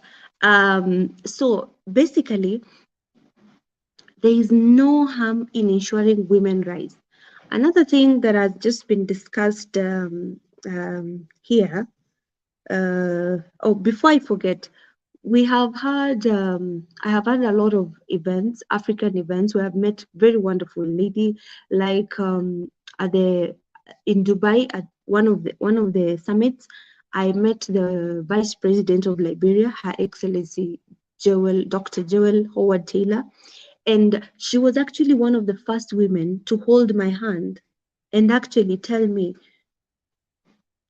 we need more young women like you to take up spaces. Remember, she's a woman in politics, and she was also doing a similar project of mentoring of mentors. So because she's also a very good friend to Dr. Louisa, I was very sure. Sorry.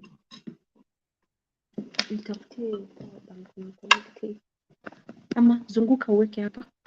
So sorry about that.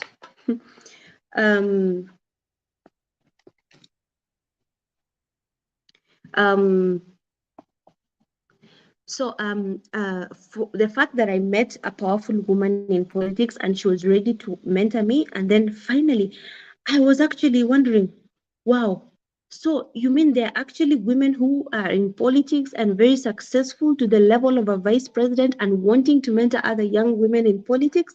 There's a sigh of breath air, because what I'm used to is something completely different. And for your information, like I said earlier on, I have never wanted to be in politics. But I think some women have a gift of spotting a potential in somebody. So somebody somewhere spotted my potential when I was in student leadership in the University of Nairobi. I was schooled at the University of Nairobi, and I was one of the leaders at the Students Association. but a quiet leader. I think somebody, one of those gatekeepers in politics, spotted me, and she started fighting me. So before I was Miss Commonwealth, I was also Miss Tourism. That was my first crown, Miss Tourism. And it was from then that this particular person started fighting me. And I was like, why is this person fighting me? Then I had very wonderful friends who always pushed me, because even even um, even when I was going into pageant, remember I told you I was a tomboy who never cared about makeup or looking good, and I was also very shy, and I'm an introvert. That was not a space for me. It took friends, my own friends and family, to tell me you actually have to go and contest for Miss Tourism. So I was, people sent me even transport money, random people, and then some youths created a page. See the power of having proper friends around you. They created a Facebook page. I think it still exists. Then they were writing Hezena Lemalitan for Miss Tourism Samburu. And I was like, wow, where am I going to start with this? I don't even know how to apply makeup. How am I going to live through this? And I'm a village girl. So it took a while. I had like almost 3 days to deliberate and do a soul searching. And I was like, maybe it's God's intention for me to go through that path. And I went and look at my life. From Miss Tourism, I went to Miss Commonwealth, and then from Miss Commonwealth, I had a lot of platforms to advocate for goodwill and cultural cohesion among our people, and empower girls, and do donations and charities to people. And through that, can you believe people started knowing me, and people started saying, oh, actually this girl is so aggressive, she's humble, she's all blah blah. I'm like, why then should I now, when I'm in politics, not hold somebody's hands up and pull them, or make them explore their potential because somebody else did that for me? I went into pageant and it changed my life.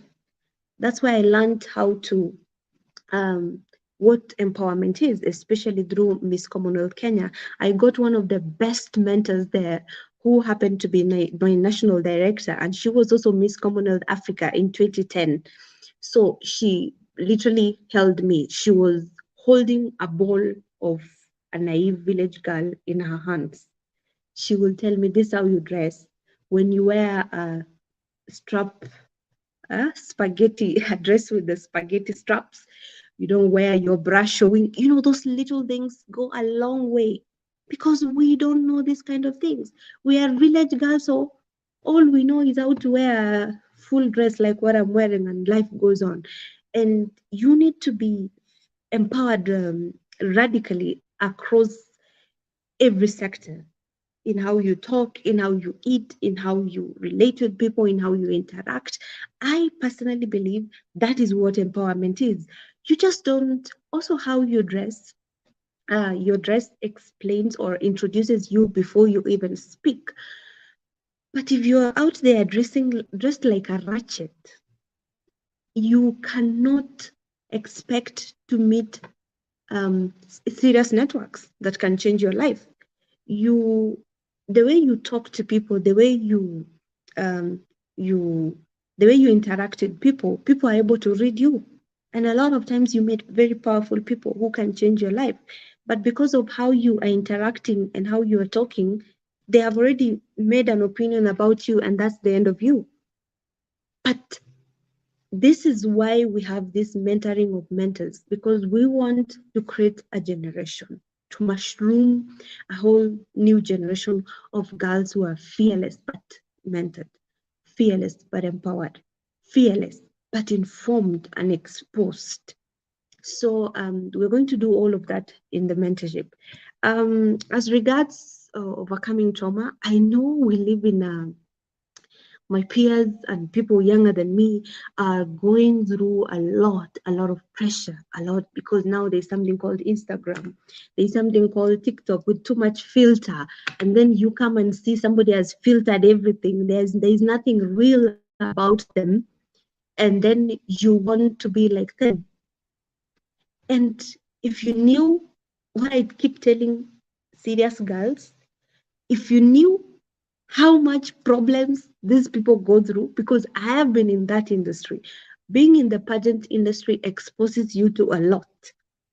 But I've always been a girl who learns through other people's mistakes. And you have to underline that. You learn through other people's mistakes. You don't believe on the fact that I have to make mistakes. You have to make mistakes so that you learn. You don't have to make mistakes actually. Let a mistake be a mistake. It was accidental. You didn't know. That's fine. But don't go deliberately trying out substances, trying out things because you want to learn. Then there are people who are older than you, actually who've been through all that problem. I don't want to talk badly, but there are people who've been through that kind of situation, and then they come and tell you because they feel like they are more experienced than you, but they are experiencing the wrong things. Then they come and tell you, no, you have to do these things now so that you don't do them when you're old. What would make me want to do mistakes when I'm old? Because I have never understood that. Probably I'm young, probably I'm growing, but I don't think so. You learn from other people's mistake. See these things you're being taught over and over by mentors. Don't make empowerment be so boring. Learn this today, let's move to something else. So once I mentor a mentor, that mentor goes now to mentor others, and we move forward. Let's not go round and round and round in circles. Don't beat mentor Louisa, Dr. Louisa, to keep repeating the same things over and over. Because I will talk about the power of social media influence. I can tell you, let me give you an example. In Kenya, for instance, and I'm very sure in so many African countries, I have friends who are, well, acquaintances, people I actually know, maybe even some are my neighbors, that are faking life. They do not have the flamboyant things they're displaying. They do not have the luxury they're displaying. You see a young girl who has no any serious job, rolling out bundles of dollars. It could be probably from a wash person. It could be probably from their fake. It could even be papers printed. All those cars they are riding, they do not belong to them. Sorry to say this to you, because I know things. It is not theirs. All this money they're showing, what things they are buying, this is money belonging to men. So how are we raising mentors? How are we empowering you if we are telling you to just admire what these girls are doing? To just admire, to grow up to be a woman who wants to use a man's money. When you can have your own money and be more self-sufficient than that man, then you will get that man as just a bonus to your life. Meaning you can do without, you can do with. It doesn't matter because you have your goal focused. Do not lose sight of a gazelle chasing a squirrel. And those Instagram models are squirrels. Those Instagram, TikTok girls, squirrels. You will lose sight of a gazelle chasing a squirrel. I know for a fact we're living in a world that has a lot of pressures. You get somebody has filters, somebody is going on trips. Do you guys know that there are websites that you join? And I'm sorry to say this, but we have to empower you. We have to let you know everything. Even God, when he created people who are in the Garden of Eden, gave them a choice. Do this or this. Choose the sin or not. They chose the sin. That's why we are here struggling until today. See the consequences of choosing something bad. We're still on earth digging and toiling every day. Otherwise, right now, we would have been so naked in the Garden of Eden, eating fruits and covering ourselves with leaves. But because of a hard choice, we have to work and work and work and work our heads off. Now, the same thing I will do. I'm not obviously God, nothing close to it, but This life always presents you choice A or choice B. What you choose determines your next step. Your next choice C, choice D. Your next, what you choose determines another one. So see life with a trajectory of my choices today affect my choices tomorrow. My choices tomorrow affect my choices in future. And that is how I manage to maintain my focus every single day. I have never suffered for choosing the right thing. I have never suffered for refusing peer pressure to influence me. I have never suffered from lacking. I have discovered this in life. There are days, of course, I couldn't even afford my rent. Just a few years back, because I was a young girl in the city. And you know what I did? I bought actually even around COVID time, not far from now, we were laid off from work. And these are the naked truths that we must tell girls so that they have real life human beings and mentors to relate to. Around the start of COVID, there was lockdowns all over. I was working with the Kenya Anti-Corruption Commission, the Ethics and Anti-Corruption Commission of Kenya, and before I joined politics, and we were sadly laid off. Most of us were told to work from home for a while, and obviously our salary was not coming in as expected. And for your information, I couldn't even afford my rent. There were so many things we couldn't do. And do you know, I was making buns. I was making pastries in my house and selling because I was so sure that I'm not gonna do the wrong thing, which I can do. I can do anything I want. I can be I can post my naked photos and get what I want. But what are the long-term consequences of that? I can join these websites where they will post naked photos. I have the body for that. I've been a beauty queen. But why am I not doing it? Because of the long run, the consequences in the long run. And I know where I am going. But again, if you don't know where you're going, you might not be able to do the right things between now and where you envision yourself to be in about 30 years from now. In about 30 years from now, I envisioned myself as the Director General of World Trade Organization. Let me give you an example. So right now I am a senator. I envision myself as a governor someday, and then maybe a vice president, not a president, because I come from a minority tribe. That's one thing I was taught in school. You have to dream rationally. Probably if there will be zero tribalism in Kenya, I will be president. But right now I have to limit my dreams according to what is rationally achievable. If I envision myself as the vice president of Kenya someday, as the director general of World Trade Organization, it will be a thorough interview. I will be running against several candidates, and I'm dreaming of. I have to imagine what questions I will be asked that day.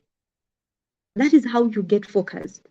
I have to imagine issues that will crop up, things I did because I just decided to post myself naked on Instagram. You see any girl who's naked, half naked on Instagram, everybody can afford bikinis. Even in the olden African days, we used to walk naked. But in this today's world, it is not applicable. It's not applicable. Let's be very realistic. So imagine your Oluwatoyin Ogun Kami. Wonderful. So imagine you one day as the vice president, I assume this name is from Nigeria. Then somebody picks up your naked photos that you took on Instagram in a bikini because you wanted to party on a yacht. And then people or maybe they are interviewing ministers. Your photos crop up. What will you tell the people? But let me tell you, you have to distinguish yourself from all these people. You see girls doing this, you see girls running for wash Yahoo boys. It is because they do not have a vision of where they're going. They do not have a vision of what they want. They do not have a vision of who they will be. And you have no right, you have no ultimatums to be like them. You can be anything else you want, but you have to envision who you are, who you will be, and how you move from point A to point B. That's how I envision myself. So I try to live myself with mistakes that I can avoid. I try to keep it 0 mistakes. With those ones that I cannot avoid, or they just happen because they will always happen, that's why they're called mistakes, I leave it to God. Now, how I overcome trauma. When I lost my father in 2014, I went through a serious depression for the whole of 2015. I can tell you no amount of anything else can help you as much as prayer. Prayer is so somebody is saying slay queen. Yes, so slay queens have no vision in life, they are not going anywhere, and their bodies will be so wasted in a few years. We do not want our young, beautiful, empowered girls to be slay queens. No, you have better things to do. Praying. You have to pray. You have to pray and pray and pray. You will achieve nothing, whether it is Allah, whether it is whoever your God is. Please pray. Because no matter what, being spiritual is actually, I feel like it's scientific, because when you're spiritual, it's like when you meditate, when you sit down and think, you're able to let go a lot of loads within you. And when you pray, it's a form of you're accepting your weaknesses, you're accepting your problems, and the first step to healing and overcoming whatever you're going through is to pray, is to accept, sorry. When you accept your problems, your inadequacies, your sufferings, you begin to heal. And for me, that's what prayer does. I grew up in a very strong Christian school, and until today, I still pray. No amount of counseling, for me, I'm talking about my experience. Different things work for different people. No amount of counseling, no amount of what can compensate for what prayer can do. Because you are sitting somewhere, a lot of us can be arrogant at times. You're told you have this problem, you do not want to accept it. But the same arrogant person can walk like this with their head down up to the altar and go and pray and tell God of all the problems and the shortcomings that they refuse to acknowledge before people. So no matter what, please just pray. It's very scientific. Also, usually try to find somebody whom you're very close to, or somebody whom you feel can give you a lot of wisdom, and then just explain it to them. Just say to them, even if they don't respond or anything, just say it to them. If you can't, write it down. Then roll that paper and tear it. What else should I talk about? I've almost exhausted what I wanted to say. But anyway, I will welcome questions if you have any questions.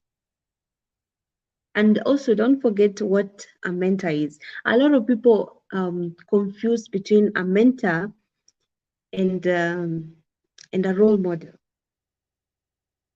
A role model is somebody you see from a distance and envision yourself as that person and would wish or dream to be that person. You've not necessarily ever interacted with this person, or you've never seen this person. It's close to a crush with a purpose. So if you a role model, for example, who can I say is my role model? Ilan Omar is one of my role models, because she's a young girl who's very aggressive and fearless in representing the people of Minnesota, and in the United States.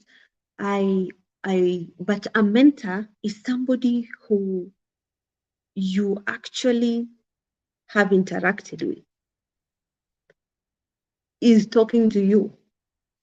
You can reach any time, have spoken to you, somebody that has guided you, somebody that has told you, do this, do that, don't do that. It's like they're like your guide, they're like your compass. So it is very safe to say that one of your mentors is Dr. Louisa or Senator Ezena, because at least you have spoken to me, I have taught you something, I have I've made you change something or believe in something. Okay, a lot of times you can have a role model and a mentor in the same person, like I do in Dr. Louisa. She's both, but she doesn't know. So you have a person whom you are like, wow, I would want to be them. You are proud to be anything about them. What else? It's like modeling. A lot of you are not in modeling. Let me teach you something. Not all models are beauty queens, but beauty queens, all beauty queens are models. And then we have models and supermodels. If you go on YouTube and Google maybe models, because I know there are some of you might be interested in going to modeling, you know, the people whom the food is refusing to get into the bones, like how I was some few years ago. You can be very perfect models and you can conquer the world. Wherever you're planted, you bloom. So if you Google on YouTube or you search on YouTube, models, supermodels, there's a way models work. Models are like the likes of Gigi Hadid and whatnot. Supermodels is like Tyra, the way Tyra Bank works. There's a way you walk. So beauty queens are the people, well, they're not necessarily all beautiful. We are not. It's just a name. Beauty queens are people who held crowns. You know, people who are crowned. Miss something, or Mrs. blah, blah, blah. Those are the beauty queen. Any beauty queen is a model. But not all models are beauty queens because not all models have gotten crowns. It's the same thing. And all supermodels are models, but not all models are supermodels. We have Ajuma Nasenyana, that's a supermodel, Tyra Banks, Naomi Campbell, so many of them, those are supermodels. And they have learned the skill now. They have like been models who have been cut out the niche and become have very unique catwalk, and they walk elegantly. Like when they walk, you just want to look at them. It's the same as role model and mentor. So don't rush to call somebody you've never met, you've never spoken to, your mentor. That is, if you like them, if you admire them, that's your role model. You put it as a wish on a wish board. This is what I would want to be. This is what I would want to do. You can also read their stories. How did they get to where they are? And then a lot of things will help your life. Also, as a young girl, read and read and read. Just make sure you have something between your ears. Be knowledgeable. Even if you failed in school, you can still have a lot of knowledge about things. You can still know a lot of things. Watch documentaries. Know what the world is about. So that if you meet yourself among serious, powerful people, they can actually nod and be like, whoa, she's brains. She's not just looks. This is not a slay queen, you know?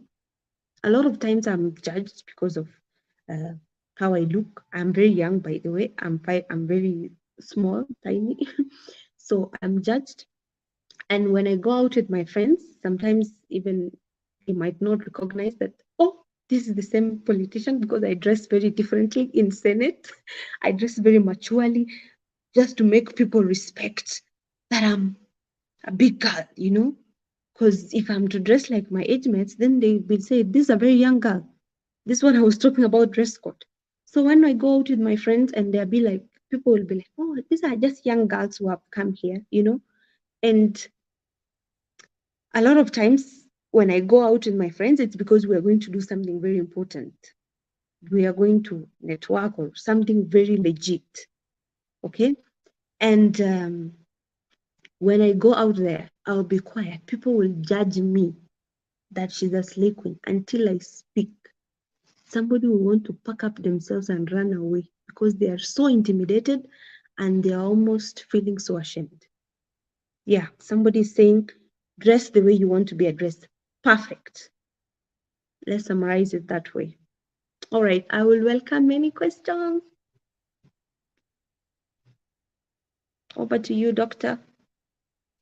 Oh my goodness, Her Excellency, you know, I can listen to you all day because you have so much wisdom, so much knowledge, and you really walk the talk. So you're not just saying what you haven't done, it is what you live by day in, day out.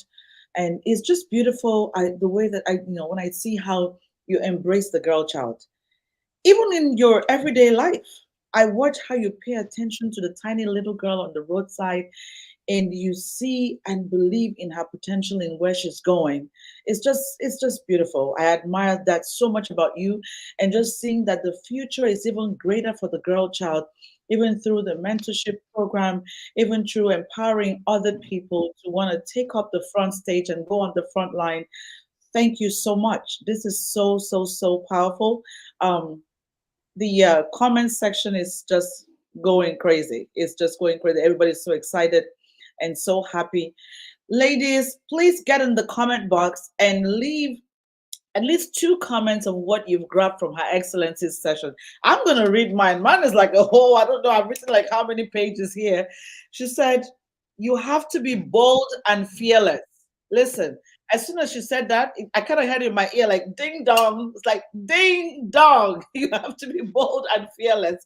There is no way that you can do it without being bold and fearless. You have to be shameless.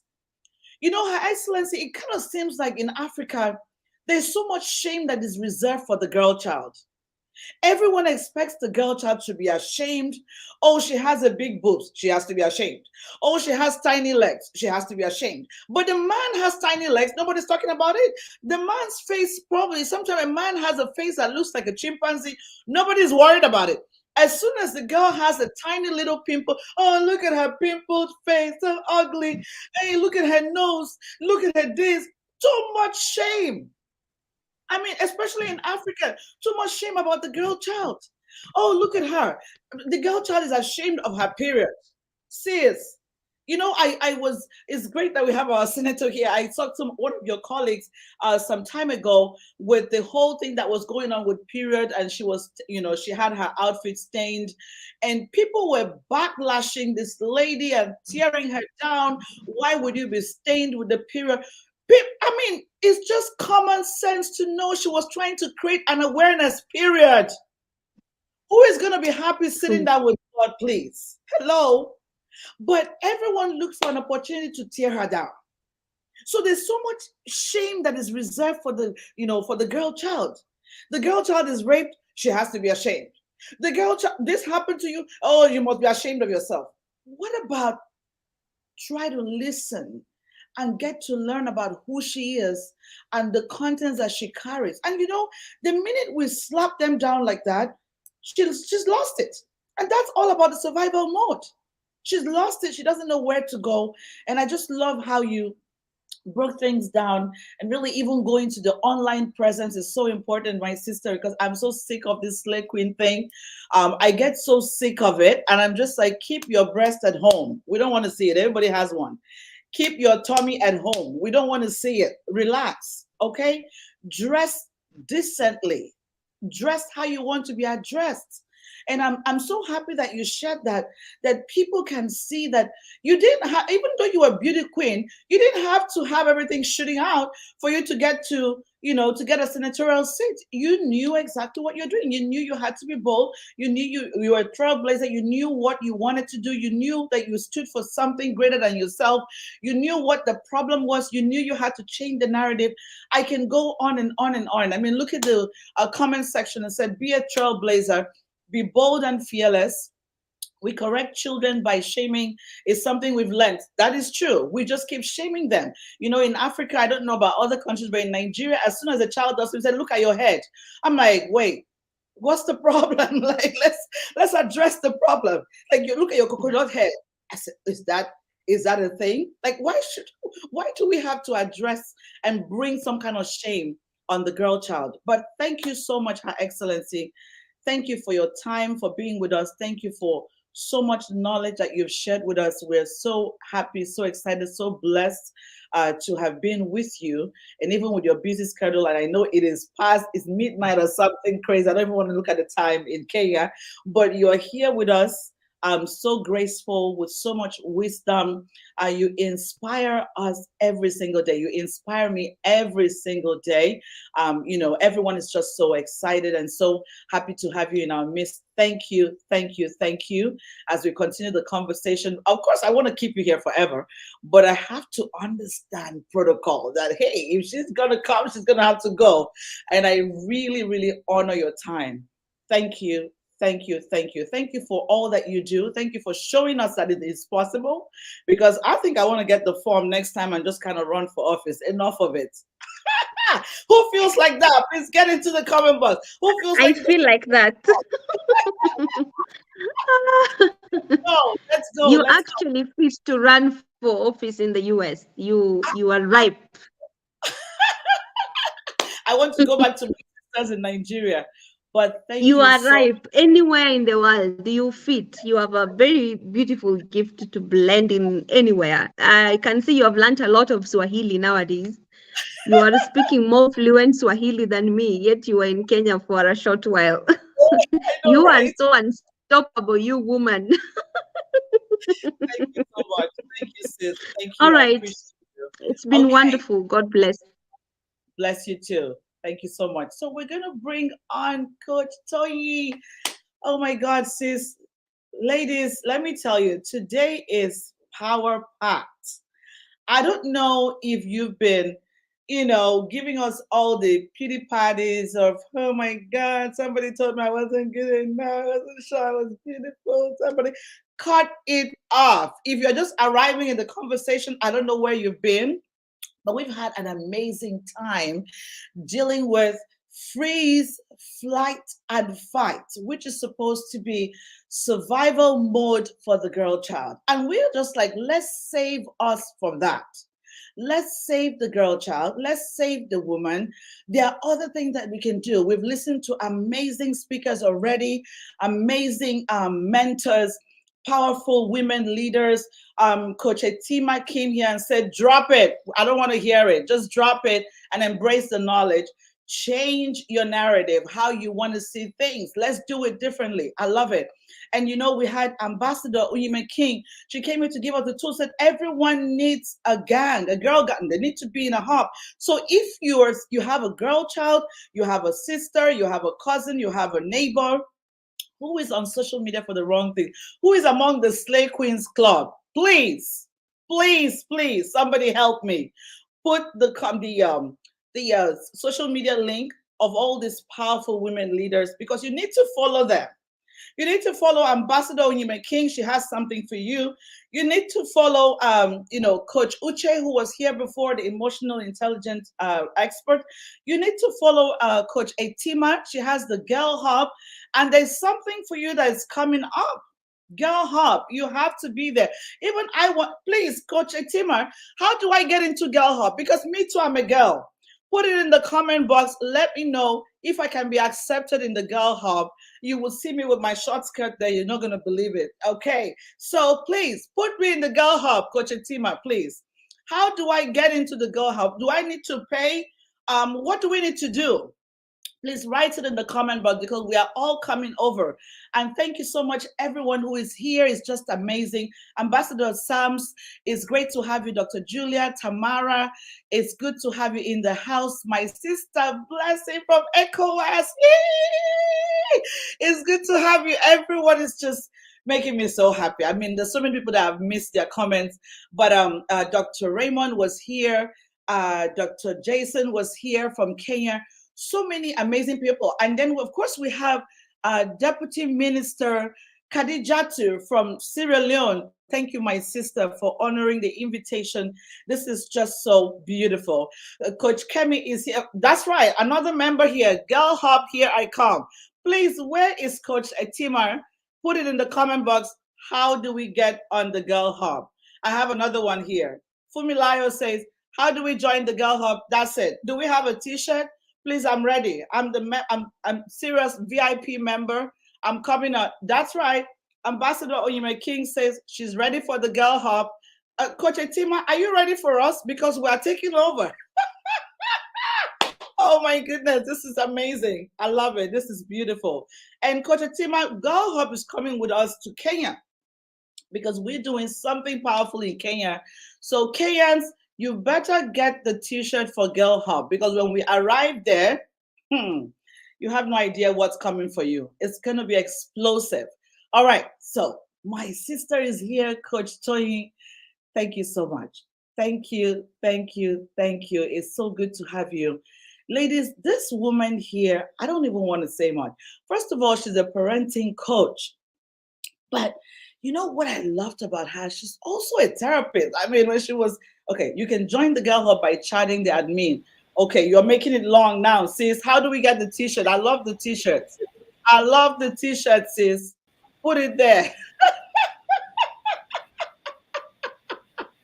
Okay, somebody else wants the t-shirt, period. She said she wants a hat too. I hope you have a hat. Face scarf, please. Please let us do this. I know that they have an event that's coming up so that we can be with them and go and make all the noise and empower the girls. Right now, we already have like 10 people who are joining the Girl Hub. Are you still waiting? You better jump in. Please, sis, make sure that my t-shirt is yellow. We like it loud. So make it yellow. That's the color of my own t-shirt. I don't want any other color. I want it yellow. And of course, I know Coach Kemi is going to go with yellow too. Awesome. We're having a great conversation if you're just joining us. It's been a great time. And if you're just joining, make sure that you go back to this video to watch it over and over again. Because you know what? The girl child is serious business. I am sick and tired in Africa where we have been told we belong to the kitchen. Like, who does that? Hello? Listen, it's time to shake off your smallness.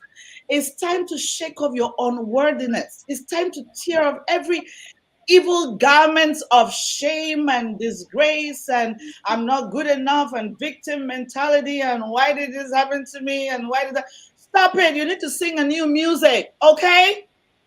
We're tired. I was raped 54 times. Okay, what did you do with it? We don't want to be stuck there. And that's why you need to be in the right environment with the right group of people. Join Girl Hub. They're there to, to empower you so that even if you're on social media, you're doing something that is great. Please get on social media. You can find Her Excellency Senator Hezener. Go there. You will see all the amazing work that she's doing. Listen, go there and follow her. And every single day, I go there every morning to see what she's doing because my sister is always dropping something hot. So when you know your coins, when you're knowledgeable, when you build yourself up, you're not afraid of anybody. You show up and show out. There's nothing like, oh, what to say. I'm in front of a man. They give you the microphone, you have nothing to say. Stop singing. We need a seat at the table. When we give you the seat, how are you going to sit? Do you have the right thing to sit with? That's why you need to be in this conversation. If you're thinking about somebody, there's somebody that's coming to your mind and you're like, you know what? I think Sandra should be listening to this. Go bring Sandra now so that it will be one pain off your back. That's why we're here. So I'm just going to turn this conversation because you know what? When we talk about trauma and shame and anxiety and, survival mode, we cannot complete this conversation without bringing in the parenting coach. What is the role of the parents? Because I find that sometimes nowadays the mothers are too busy. Sometimes the mothers even do more selfie than the children. How many people agree with that? The mothers are more drama queens. I mean, I saw a post on Facebook a few days ago and they put a picture of a little baby and they said, oh, this baby looked this way because the mom was always doing a selfie when she was pregnant.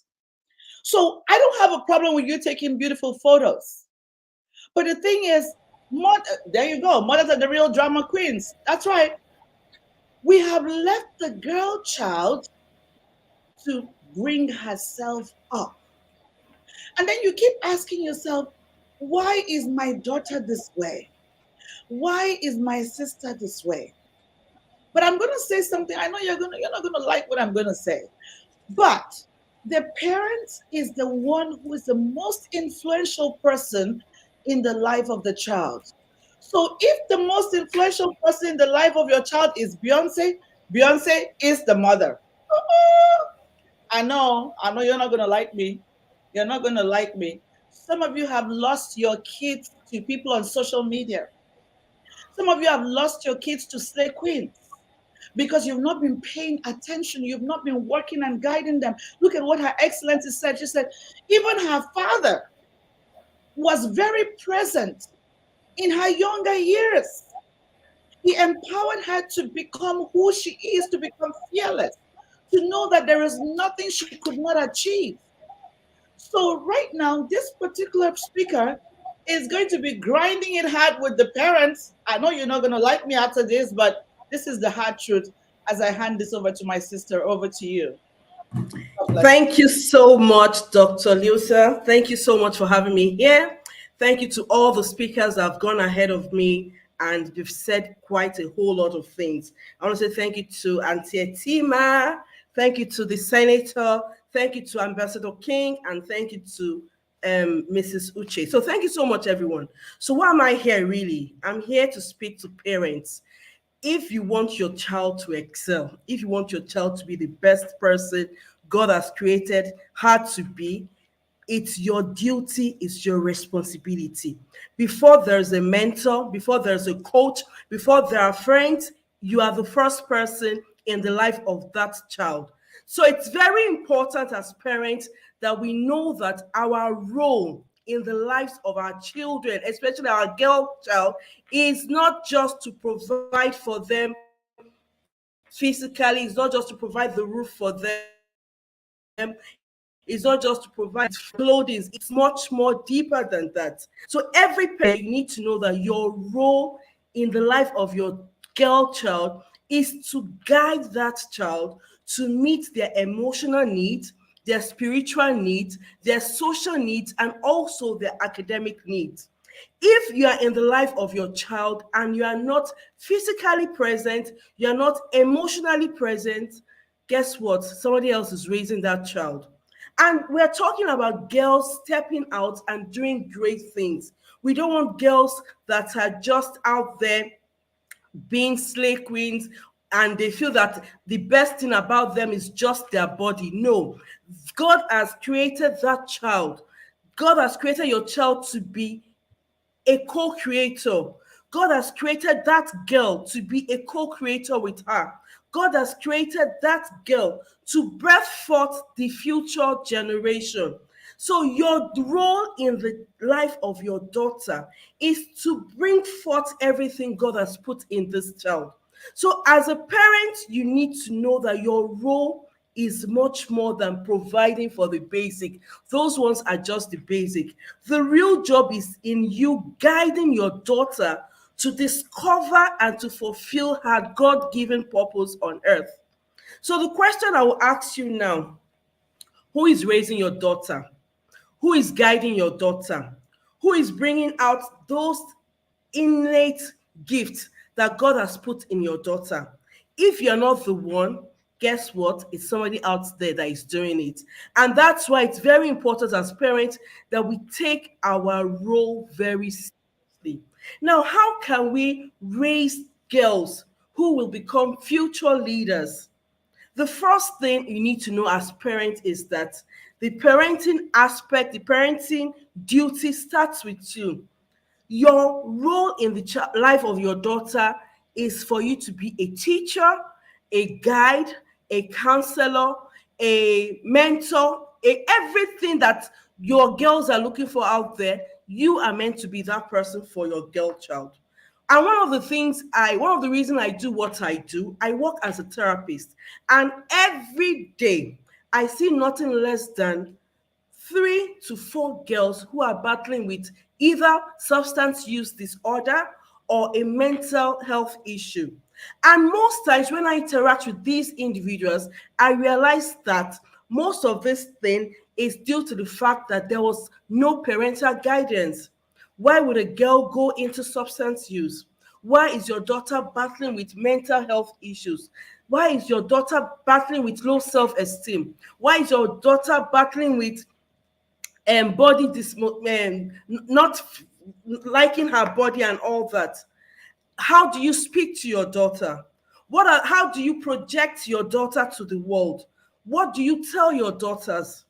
What do they see about themselves? So it's very important as parents that we guide our daughters, we provide them with the necessary guidance for them to be the best version of themselves. So how do we do this? One of the things I tell parents that your role is one that's holistic and one that is proactive. What do I mean by that? For you to raise a well-balanced child, you have to look at the total development of the child. You have to look at the child's physical development. You have to look at the child's emotional and psychosocial development. You have to look at the child's mental and spiritual development. So being a parent simply means you are that person that is in charge of the total development of your child. Now, another thing you need to know as parents is that you need to be proactive. Raising girls, raising daughters in the 21st century is not like the way we were raised. There are a lot of things these girls are contending with now. They're contending with peer pressure, they're contending with drugs and substance, they're contending with influences from social media, they're contending with body shaming, they're contending with molestation, they're contending with identity and gender crisis, they're contending with materialism and also mental health issues like depression, anxiety, and self-esteem. So as parents, you need to know that in the life of your child, you are raising a child holistically, and you have to be proactive. You have to be a step ahead.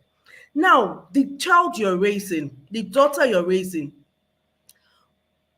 first thing first, start with the end in mind. What type of adult do you want your daughter to be? I'm not talking in terms of profession. I'm not talking in terms of career. I'm talking in terms of character. What type of person do you want your daughter to be? What kind of adult do you want your daughter to be? What character trait do you want your daughter or daughters to have? All these things should be what you have as a parent. You can't give what you don't have. So if you're a parent, if you're a slay queen mama as a mother, and you want your daughter to be well behaved, and you are not well behaved as a parent, your daughter is going to pick what you're doing. So whatever character trait you want your daughter to possess, whatever type of adult you want your daughter to be, it starts from you in the home. What are you doing? What are the examples? What are you role modeling for your daughters? There are times I when I have sessions with them adolescents, and I ask them, so who's your role model? Most times they don't pick their parents. Most times they don't pick their parents. They pick either a celebrity out there, they pick one slay mama on social media, most times they don't pick their parents. So if we as parents, we are not modeling the right thing for our children, how can we be their role models? How can we influence them positively? So as parents, any character trait you want to see in your daughter, please know that that character trait starts with you. Now, I've written 5 tips on how to connect with our daughters and how to raise them appropriately for this 21st century. And it's an acronym, TEENS, teens. It's an acronym, TEENS. And what do they stand for? T stands for trust. Your role in the life of your daughter is to build a trusting relationship with her. If you do not have a trusting relationship with your daughter, it will be very difficult for you to influence her. It will be very, very difficult for you to teach her things you want her to know. How do you build a trusting relationship with your daughter? You show them love from infancy. So we have something called the attachment theory that states that children who have responsive parents, they tend to form attachment to this parent. And when they grow older, they tend to have social abilities. They're able to have good relationship with other people. So as parents, to build a trusting relationship with them, you need to show them love. You need to cuddle them. You need to research has shown that mental illness. I started, I said I see young adults, I see young adolescent girls in the therapy room, counseling room, and I'm wondering what happened. Most times, parents are too busy for their children. Most times, parents have outsourced this responsibility to nannies, to caregivers, to other people, but to themselves. Your daughter needs a safe and secure environment to grow and blossom.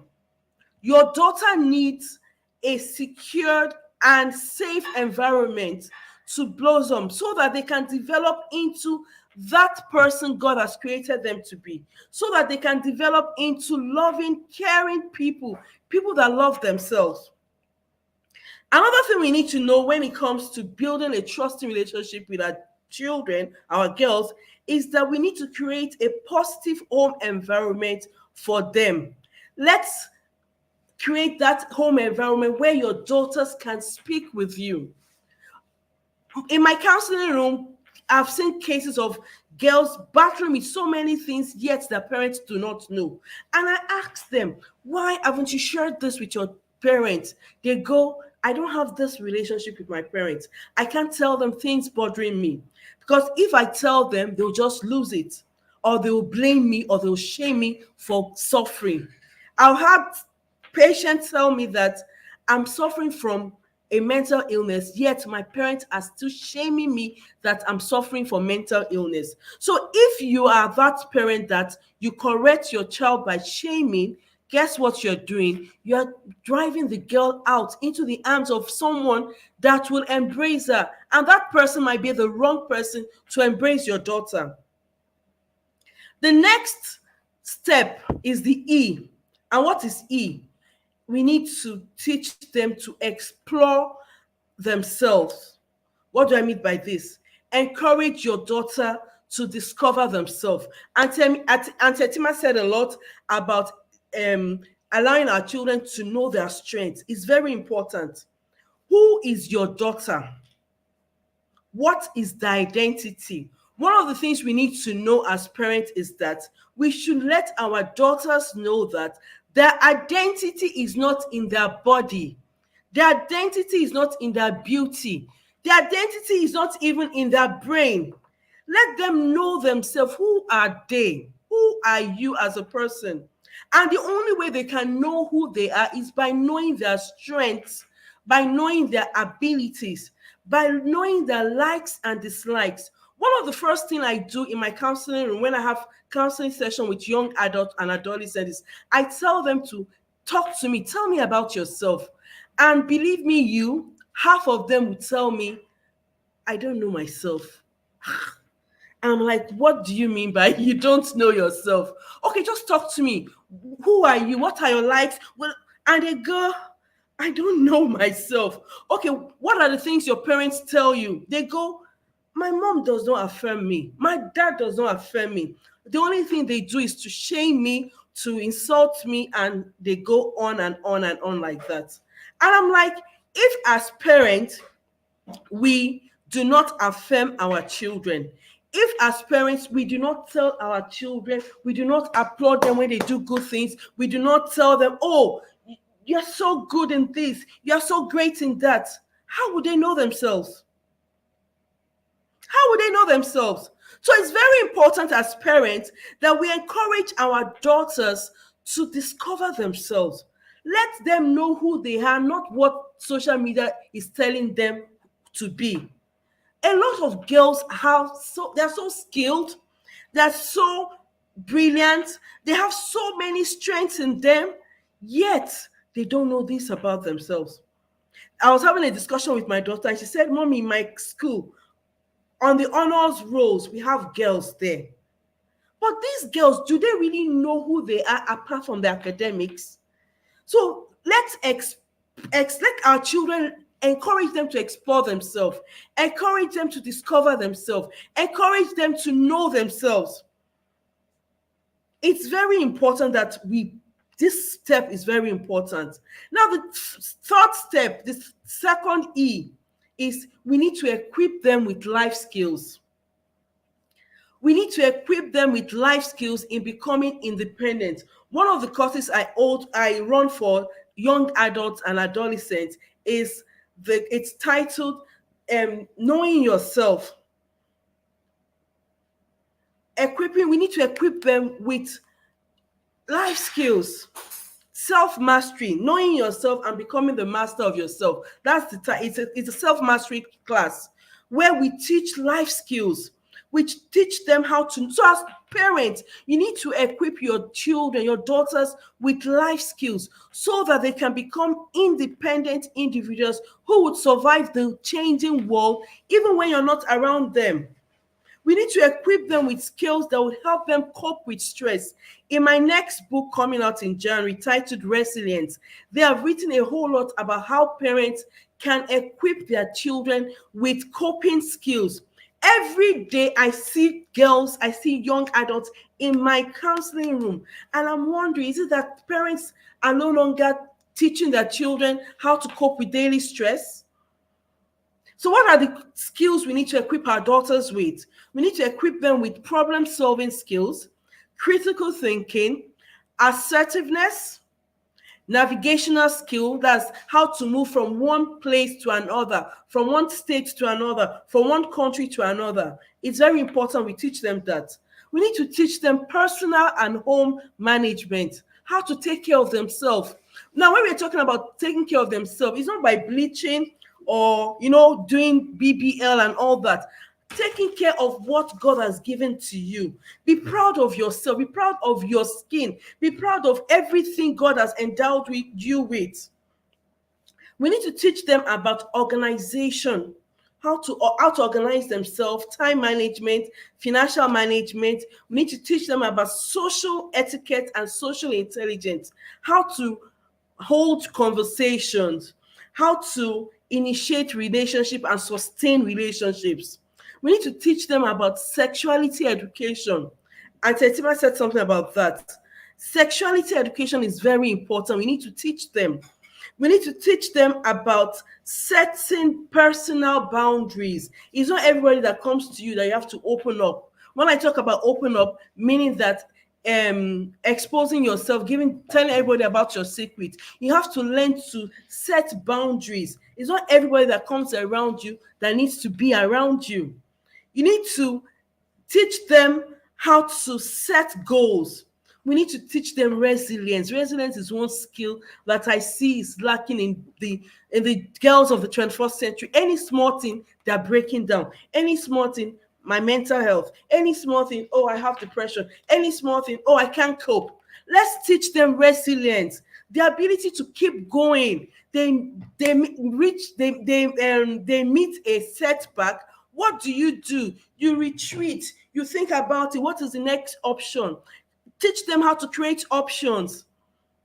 We need to teach them about emotional intelligence. The other lady has spoken about it. The first week I spoke about emotional intelligence. And we also need to teach them to have hobbies. Who are you? What are your hobbies? What do you love doing? Social media is not one of the hobbies I'm talking about. Let them be able to have things they can do. And most times it's from these hobbies that some of them end up creating businesses later in future. So let them have hobbies. Let them learn craft and skills, handcraft and hand skills. Very important. As parents, Equipping our children with skills is very, very important. In fact, if you cannot remember anything out of all I've said, equipping your daughters with skill is very, very important. Now, what is the N for? N stands for nurturing her spirituality. I'm a spiritual being and I believe in God. And I believe that as parents, we need to nurture our daughter's spirituality. One of the things I tell parents is your daughter's heart is so precious to God. She's the apple of God's eyes, right? And your ability to introduce her to God, her knowing God and connecting with Him, is one sure way of her navigating the 21st century. We need to teach them how to pray. We need to teach them how to stay connected with God. We need to teach them to know God's words. We need to teach them to know God's will for them, to know God's voice. It's very important that we nurture their spirituality. Without nurturing your daughter's spirituality, it's like you leaving her for the world. And one thing we need to know is that life abhors vacuum. So if your daughter is not being filled spiritually, she's being filled worldly. So we need to nurture her spirituality. Teach her about meditation. Teach her about journaling. Teach her about worshiping. Teach her about praising God. And guess what? Do you know that in mental health, these are tools we actually use? We teach spirituality. This is one of the tools we use in mental health, spirituality. And you know, one of the things we tell them in therapy is that if you believe in a higher being, then you have every chance of recovering fast compared to people who do not believe in a higher being. So we need to nurture that spirituality. It's very, very important. Expose your daughters to different aspects of God. Let them know God as a loving father. Let them know God as a friend. Let not it be that the only time they pray to God is when they want something. Let them not see God as their ATM machine. Ah, God, oh, I'm here now. Oh, please help me do this. No, let them nurture the spirituality in such a way that they see God as their father. They see God as their friend. Then the last tip in guiding your daughter in the 21st century is S. That is structure. We need to create structure and we need to create structures and boundaries for them. This is one of the most important tool or aspect of parenting, because when you're able to create structures and boundaries for your daughters, it will help them. It provides them with guidance. It provides them with security. It provides them with a sense of discipline. And how do you do this? You clearly define your expectations. You communicate these expectations. You have to be consistent in doing this. So one of the things we need to know as parents, in conclusion, is that if you are not in the life of your daughters, somebody else is influencing your daughter. Our daughters are precious to God. Our daughters are precious because they are the custodian of the next generation. They'll be the ones that will pass your values, your teachings to the next generations. And as parents, we have to protect them, we have to prepare them, and we have to equip them. We have to protect them, we have to prepare them, and we have to equip them. They need to build resilience, they need to build grit for them to keep going on and to be the best version God has created them to be. So I just want to say thank you, Doctor. Thank you, Doctor. I'm out and done. Wow, wow, wow, sis. That was, oh my goodness. Ladies, please, what did you gain from this session? I have a lot. I have a lot. And I love the idea of teens. It's just so easy to remember. You know, I love acronyms because it's easy for you to walk away with. What did you gain from this session? Please get in the comment box and post and just kind of comment with what you gained from this session. Everyone, listen, okay, now I got to put it up.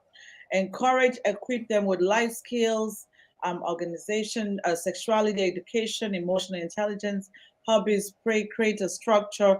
Let's teach our children all these things. Yes, nurture your daughter spiritually. You need a microphone for that one. I'll tell you, sis. That's the only way. It's the Holy Spirit who's going to do it. It doesn't matter what you say. They're meeting with different kids every day. They are meeting with the devil himself. Like, I mean, seriously, we're Oh, here waiting for the absolutely, yeah. Antichrist. Is already arrived. If you see some of the things that we see on social media, you know the Antichrist is already here. So I don't know if we're waiting for another version of Antichrist, because what I see every single day is concerning. So you need to build and nurture them spiritually. I cannot say this enough.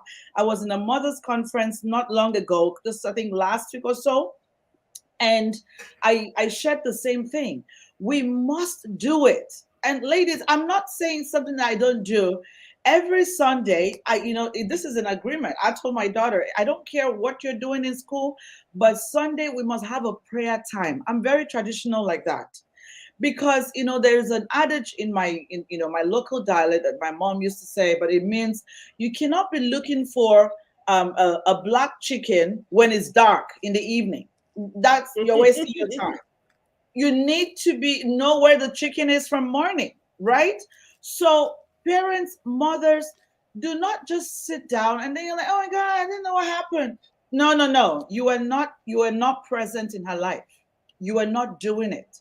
And so when I see children who are struggling with certain challenges, I blame the mother. I blame the mother. What are you doing?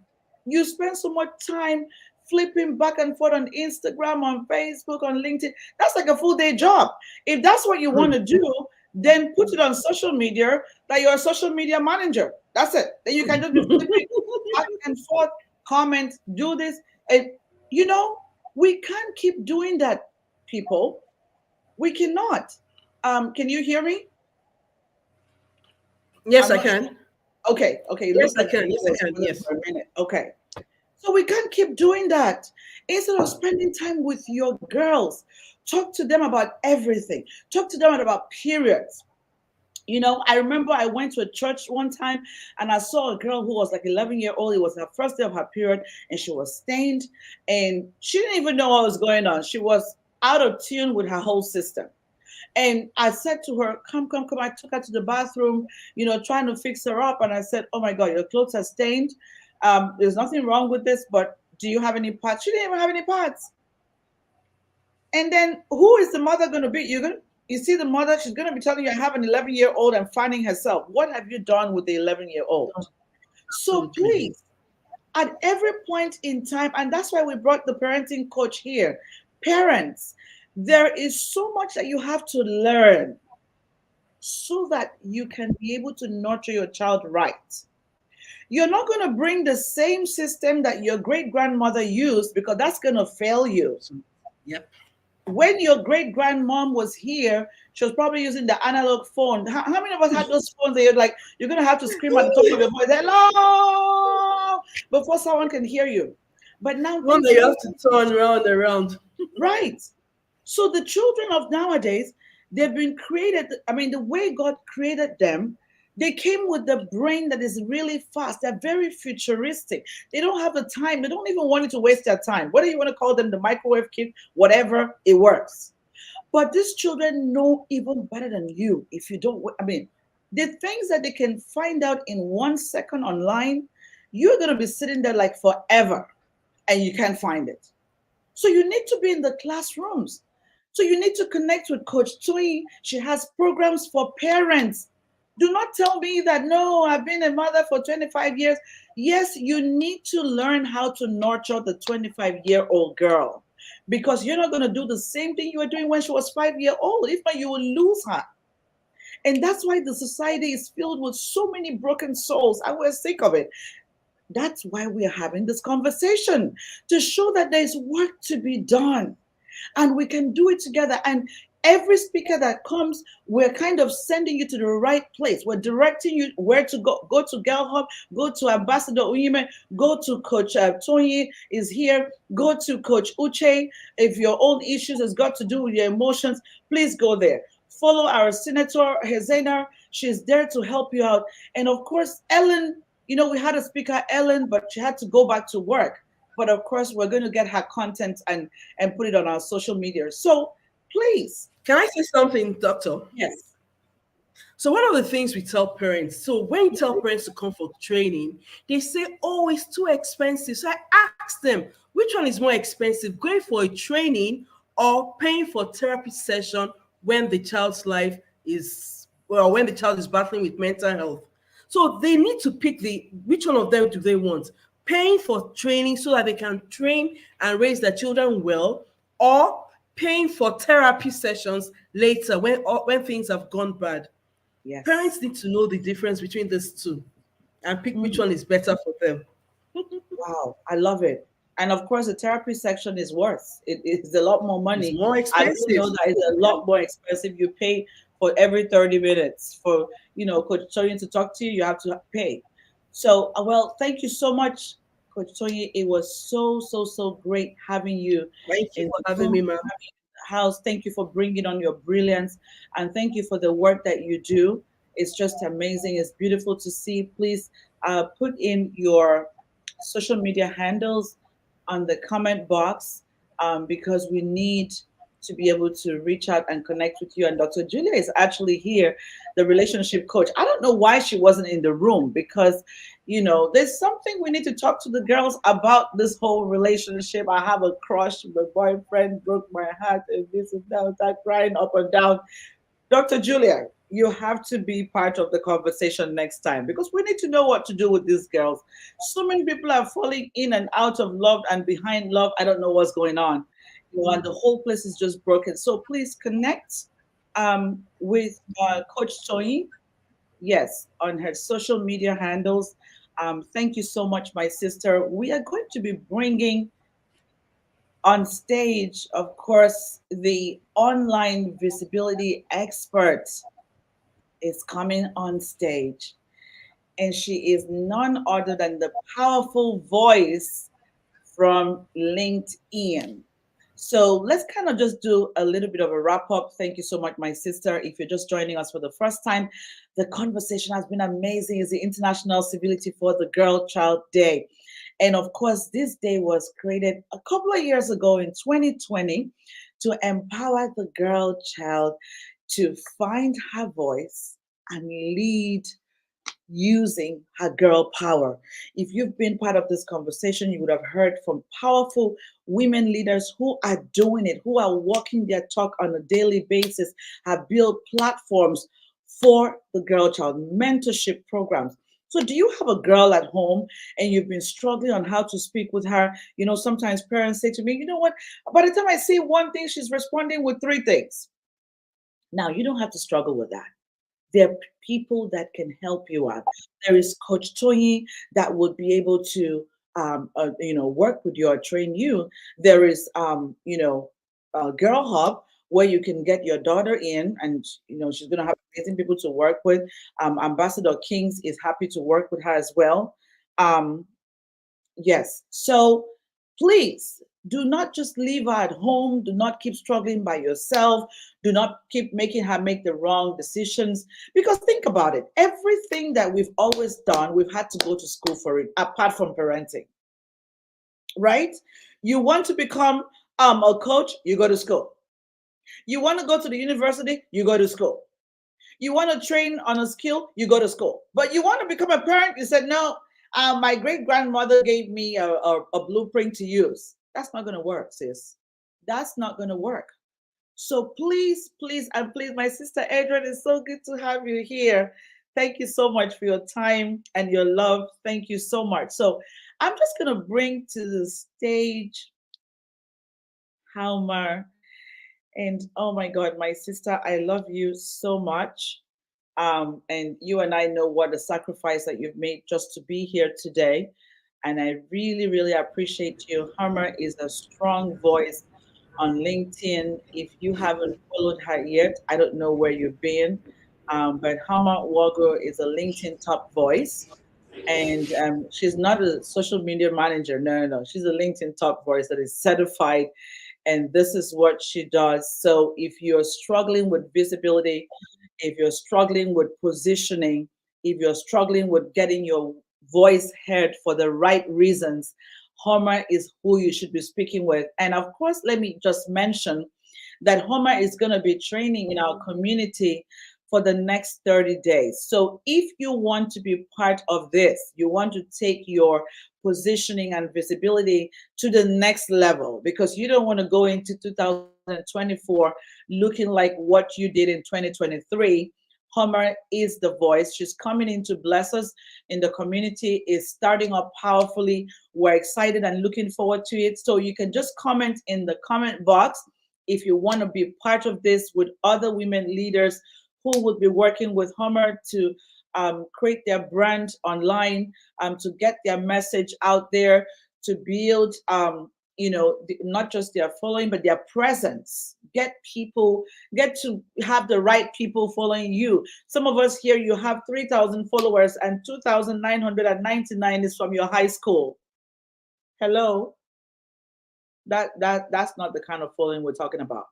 We're talking about people who want to hear your message. We're talking about people who are ready to work with you, people who are ready to patronize you, people who need your content, powerful women leaders that you can collaborate with and expand your brand. That's what we're talking about. So the online visibility program is coming up from the 15th. So if you want to be part of this, you have to get in the comment box and we will be so happy to get you on. My sister Homer, are you ready for us, please? Hi, Dr. Louisa. Yes, I am. I am. Well done. Can you hear me? Yes, please. Are we going to be able to see you? Unfortunately, not. I told you in the chat I can't turn on my video because of the situation I am in. Yeah, but I I'm understand. happy that at least they saw my face at the beginning. So sorry about that. that's Sorry. no problem. Is there a No noise from problem. me again? Sorry about that. Okay. No problem. All right. So I'm just going to shift off for you, and thank you so much for the sacrifice, because I know, you had to deal with something with some people.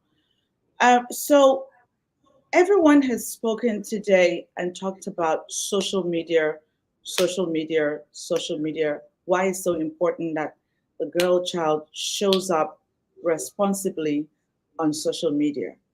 And something that I find is a lot of times people think that social media is their personal diaries. Maybe not on LinkedIn. I haven't seen too much of the drama queens on LinkedIn. But on Instagram, on Facebook, someone is unhappy about something, they come out to lash out on Yeah. social media. Someone is going through something, they think it's time for them to become unruly on social media. Now, how can social media, how can you encourage the girl child? What's the best way for her to position herself? Because, we listen to Senator Hezener, and so it's not too early for us to begin to position ourselves for the right reasons. It's not too early. She started at a very young age, and went on as a beauty pageant and just kept going till where she is today. How can social media help us with that? Over to you, Hama. Okay, thank you so much, Dr. Louisa. I have been learning a lot. Thank you, everybody that has been watching. I can't turn on my video, but I'm happy that I was able to establish that relationship at first when we started and you were able to see my face.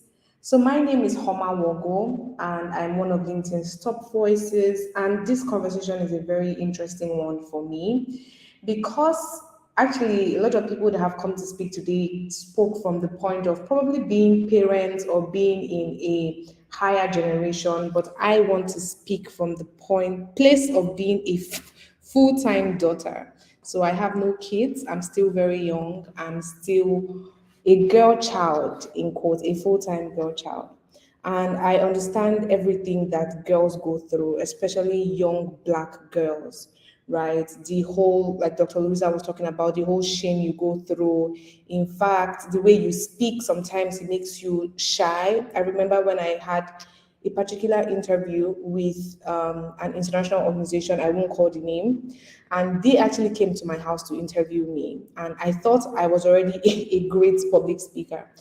Until the guy told me, "Oh, sorry, I can't hear you." And I'm like, "So you actually can't hear me?" He said, "Oh, I can't hear how you speak in a weird way. I can't hear you." And at that point, I wanted to feel a deep sense of shame and like, "Oh my goodness, they can't hear me. I don't speak well, or probably I don't look well." Right? But then I already had a strong sense of identity.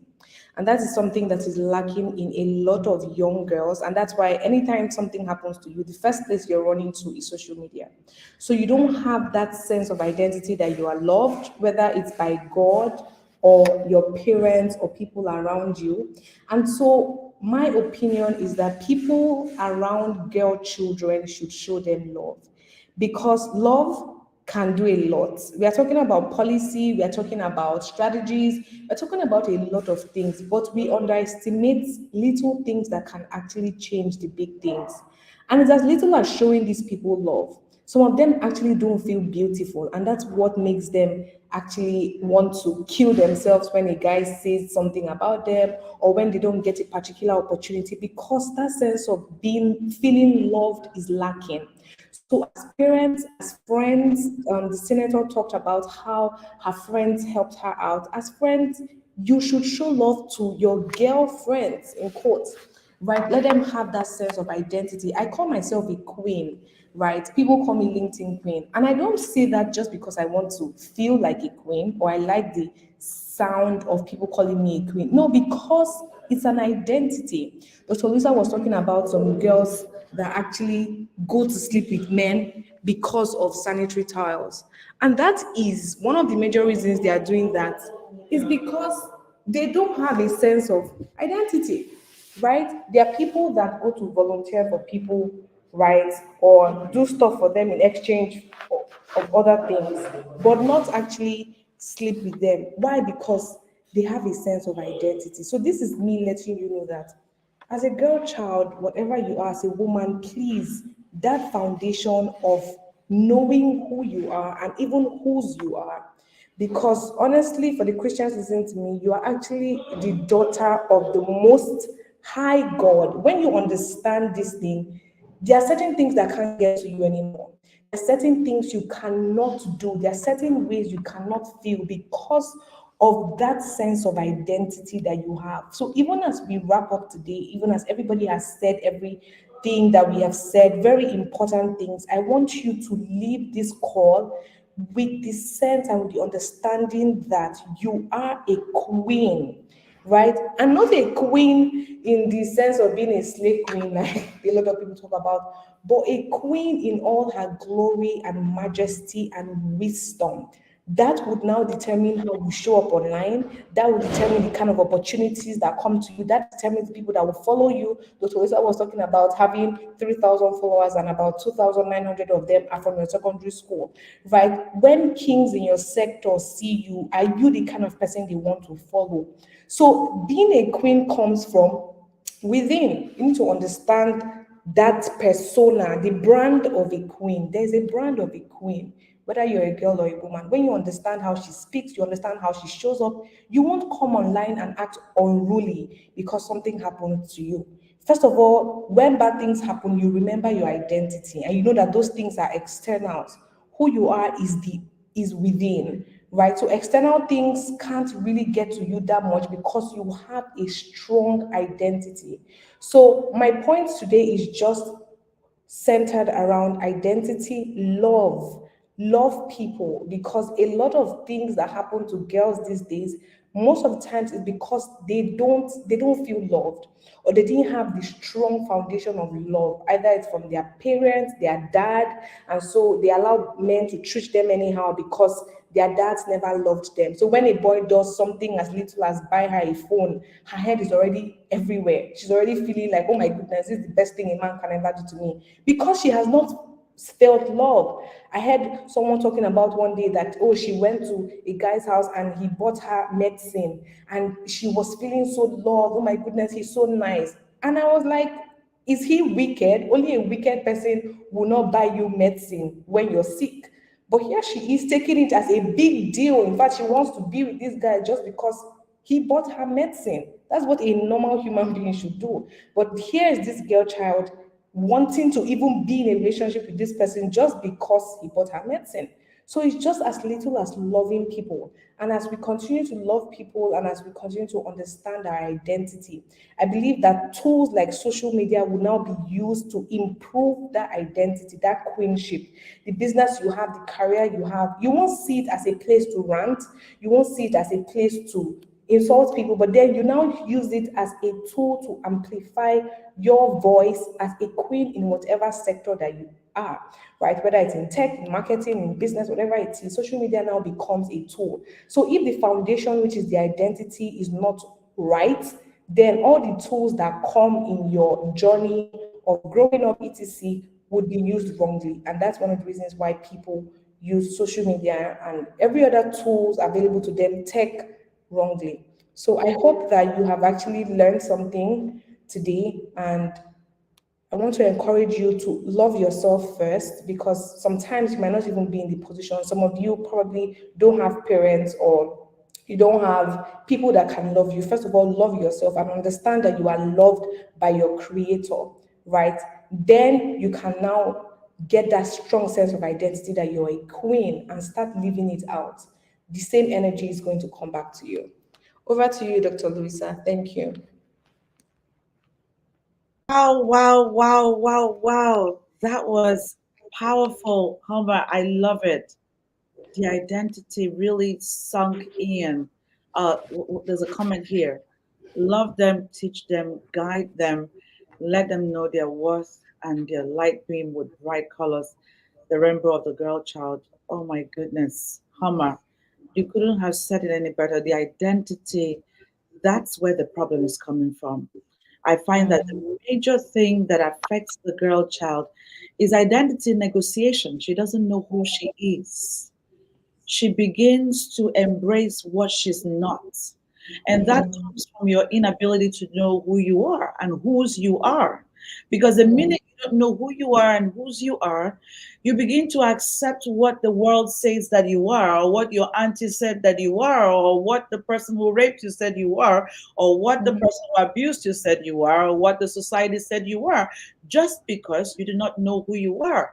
I mean, Homer has given us a great example of being a queen. But how about you show up as a queen though? I don't know about it just being a title, but you show up as a queen, right? Yeah. So Yeah. it's a whole, it's kind of like a 360 approach, because the minute you call yourself a queen, it's more like an affirmation, right? Yeah. You know that you have to live up to standards. You know that you cannot show up as a rat when you said you're a queen, period. There's just no way. So even when you're online, you're showing up as a queen. Even when you're giving out contents, you're doing it as a queen. Even when Yeah. you're dressing up, is as a queen. So identity is really a holistic approach. Yeah. It's not just about your appearance. Appearance is great, and that's where we're having trouble, because a lot of girls just say, I want to be like so and so, but what about the greatness that lies inside of you that is decaying Yeah. because you refuse to show up as your authentic self? Wow, this is so powerful. I just kind of experienced a light bulb moment there with the approach that you came with, your identity, who you are, and really showing love. And I love that you shared that, because I find that a lot of these slay queens are actually unhappy.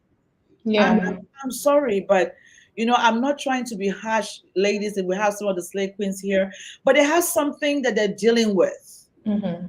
They have something they're dealing with, and they try to cover that up. They try to put a cast on it, put a band-aid on it, because they don't want to deal with that, and they try to show up in a different way. I remember a certain influencer who used to show up with no clothes, and people would curse this person and abuse her. And I remember that I said she was dealing with something. I said, what do you mean? No, anybody, I mean, no, you can say, no, no. If she's dealing with something, she's not going to be showing up with no clothes. I said, trust me, she's dealing with something.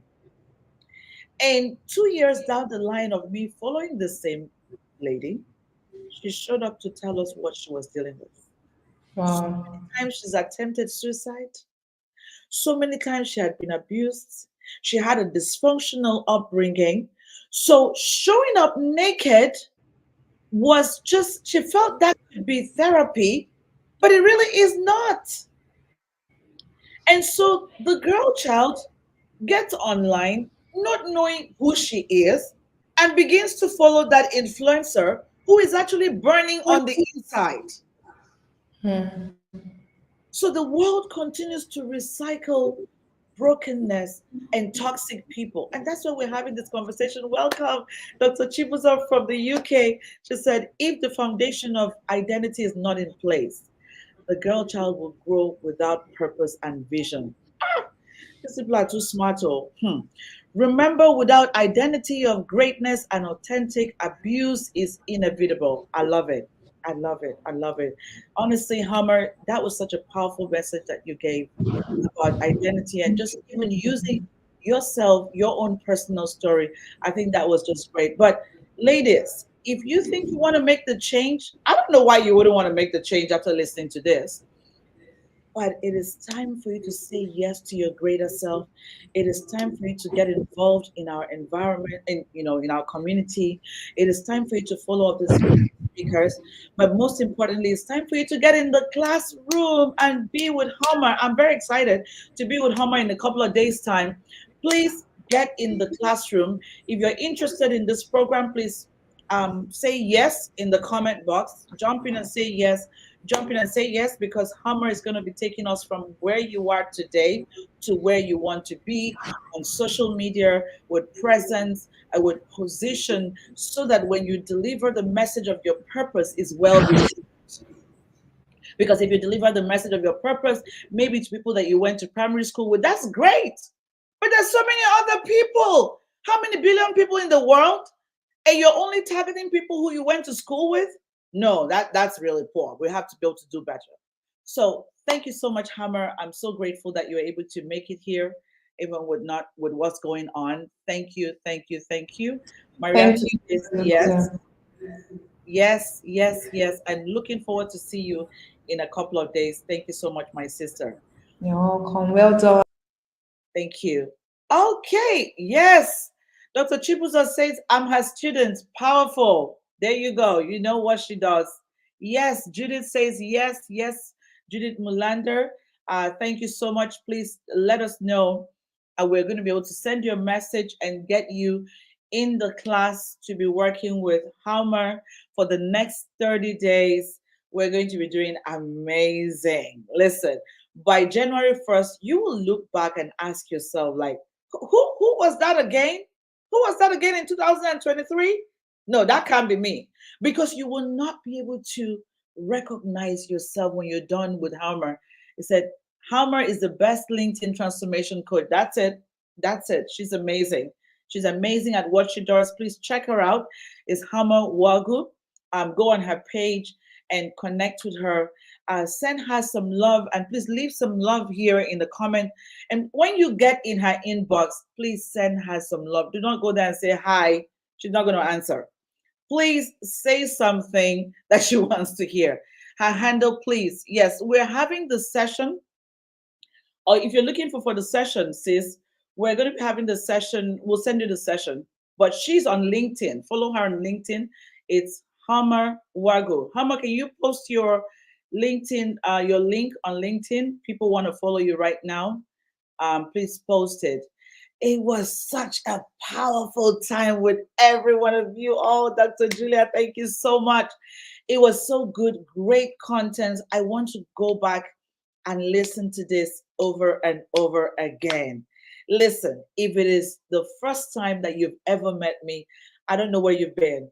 But when I say we're going to run a show, we're going to have an event, listen, make sure that you take off that day to be with us, because there's always powerful leaders, great contents, and we know what to do, because I bring in the heat, the best of the best.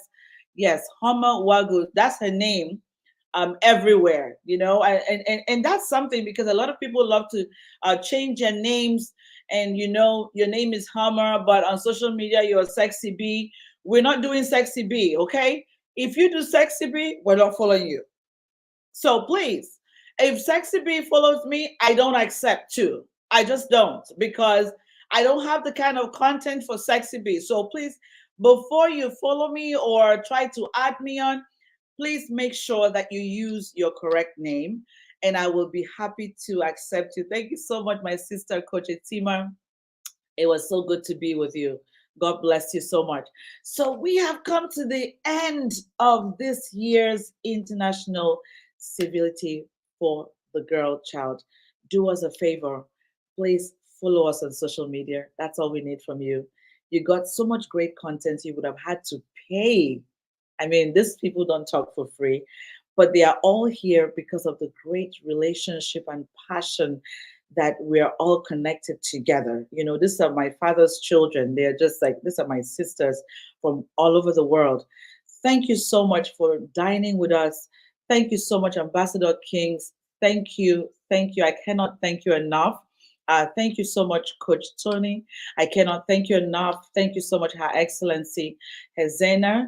I cannot thank you enough. Thank you so much, Coach Etima. God bless you. Thank you so much, Hammer, Queen Hammer.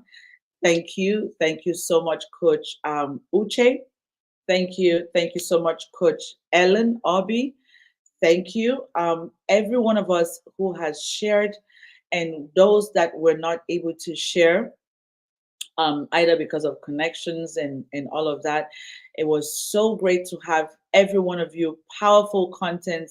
And I pray that, you know, all that you do, that you have people to support your work, just like you have been here with me, just to dine with me for this couple of hours. It's been amazing. I'm going to have to go back and watch this video over and over and over again because there's so much great content. We're going to pull out quotes that we're just dropping, you know, left, right, center. We have to get it out so people can enjoy the content that is. Thank you, every one of these powerful leaders, Coach Kemi, Dr. Julia, so many people. I tell you, I might have missed your name.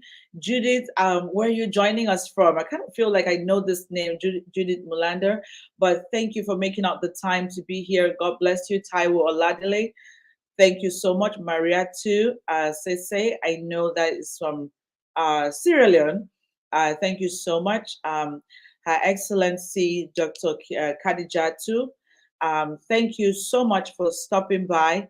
It was so awesome to have every one of us be here in this session. My sister Chinelo, thank you. I love you. Thank you, B. Christopher. Thank you so much. I think is that the woman leader B? I think so, from Egypt, maybe. But thank you, sis. I appreciate you for making out the time. Dr. Chibuzo, thank you. Thank you. Thank you. Lebo from Botswana, thank you so much. Thank you, Fiki Lee. Thank you, Tamara. Thank you. You know, Flor, thank you. Sololo from Botswana, to Lisili, I see you from Eswatini. All of my Eswatini sisters, Nikki from Eswatini, all of our ambassadors that were here. I'm so grateful that you made out the time to be here. My sister Adrian, thank you. Fumilayo, thank you. There are just so many people. Ambassador Sams, thank you. Blessing, thank you so much. From ECOWAS, God bless you for making out time to be here. I appreciate you. It says it takes a village to bring up a child. The girl-child conversation is a serious business, and this is why we had to bring people from everywhere to be here and kind of share their perspective. Thank you, Tamara. God bless you. Thank you, thank you, thank you. Okay, so we've come to the end. I hate to let you go, but I have to. And I'm looking forward to seeing you in our community. We have so much in stock for you. So not stay out of touch. Make sure that you grab all of the links that we've shared and follow me on social media. On LinkedIn, it's Louisa Akaiso. I'm the same everywhere. On Facebook, in our community, Women Who Win Africa, who organized this session for us. Please try to be part of what we're doing in Women Who Win Africa. If you've never seen it, it is a platform that empowers the African woman to build her leadership capacity. We are doing amazing stuff all over the world. I tell you, I'm just so thankful to God. Thankful to God for all that He's doing. Maria, too, God bless you. Thank you so much. Thank you. Thank you. I appreciate all your kind words.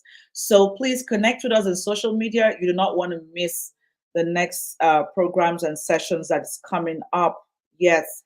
So please do take good care of yourself, and I'll see you again. Stop by and say hi. Judith says she's from Zambia. Wow. Thank you, my sister. Please send me a message. It's great to connect. Zambia is one of the countries that I'm extremely popular in. So I love to see my Zambia sisters. Please stop by and say hello. Yes. So please take good care of yourself, and God bless you. Bye for now.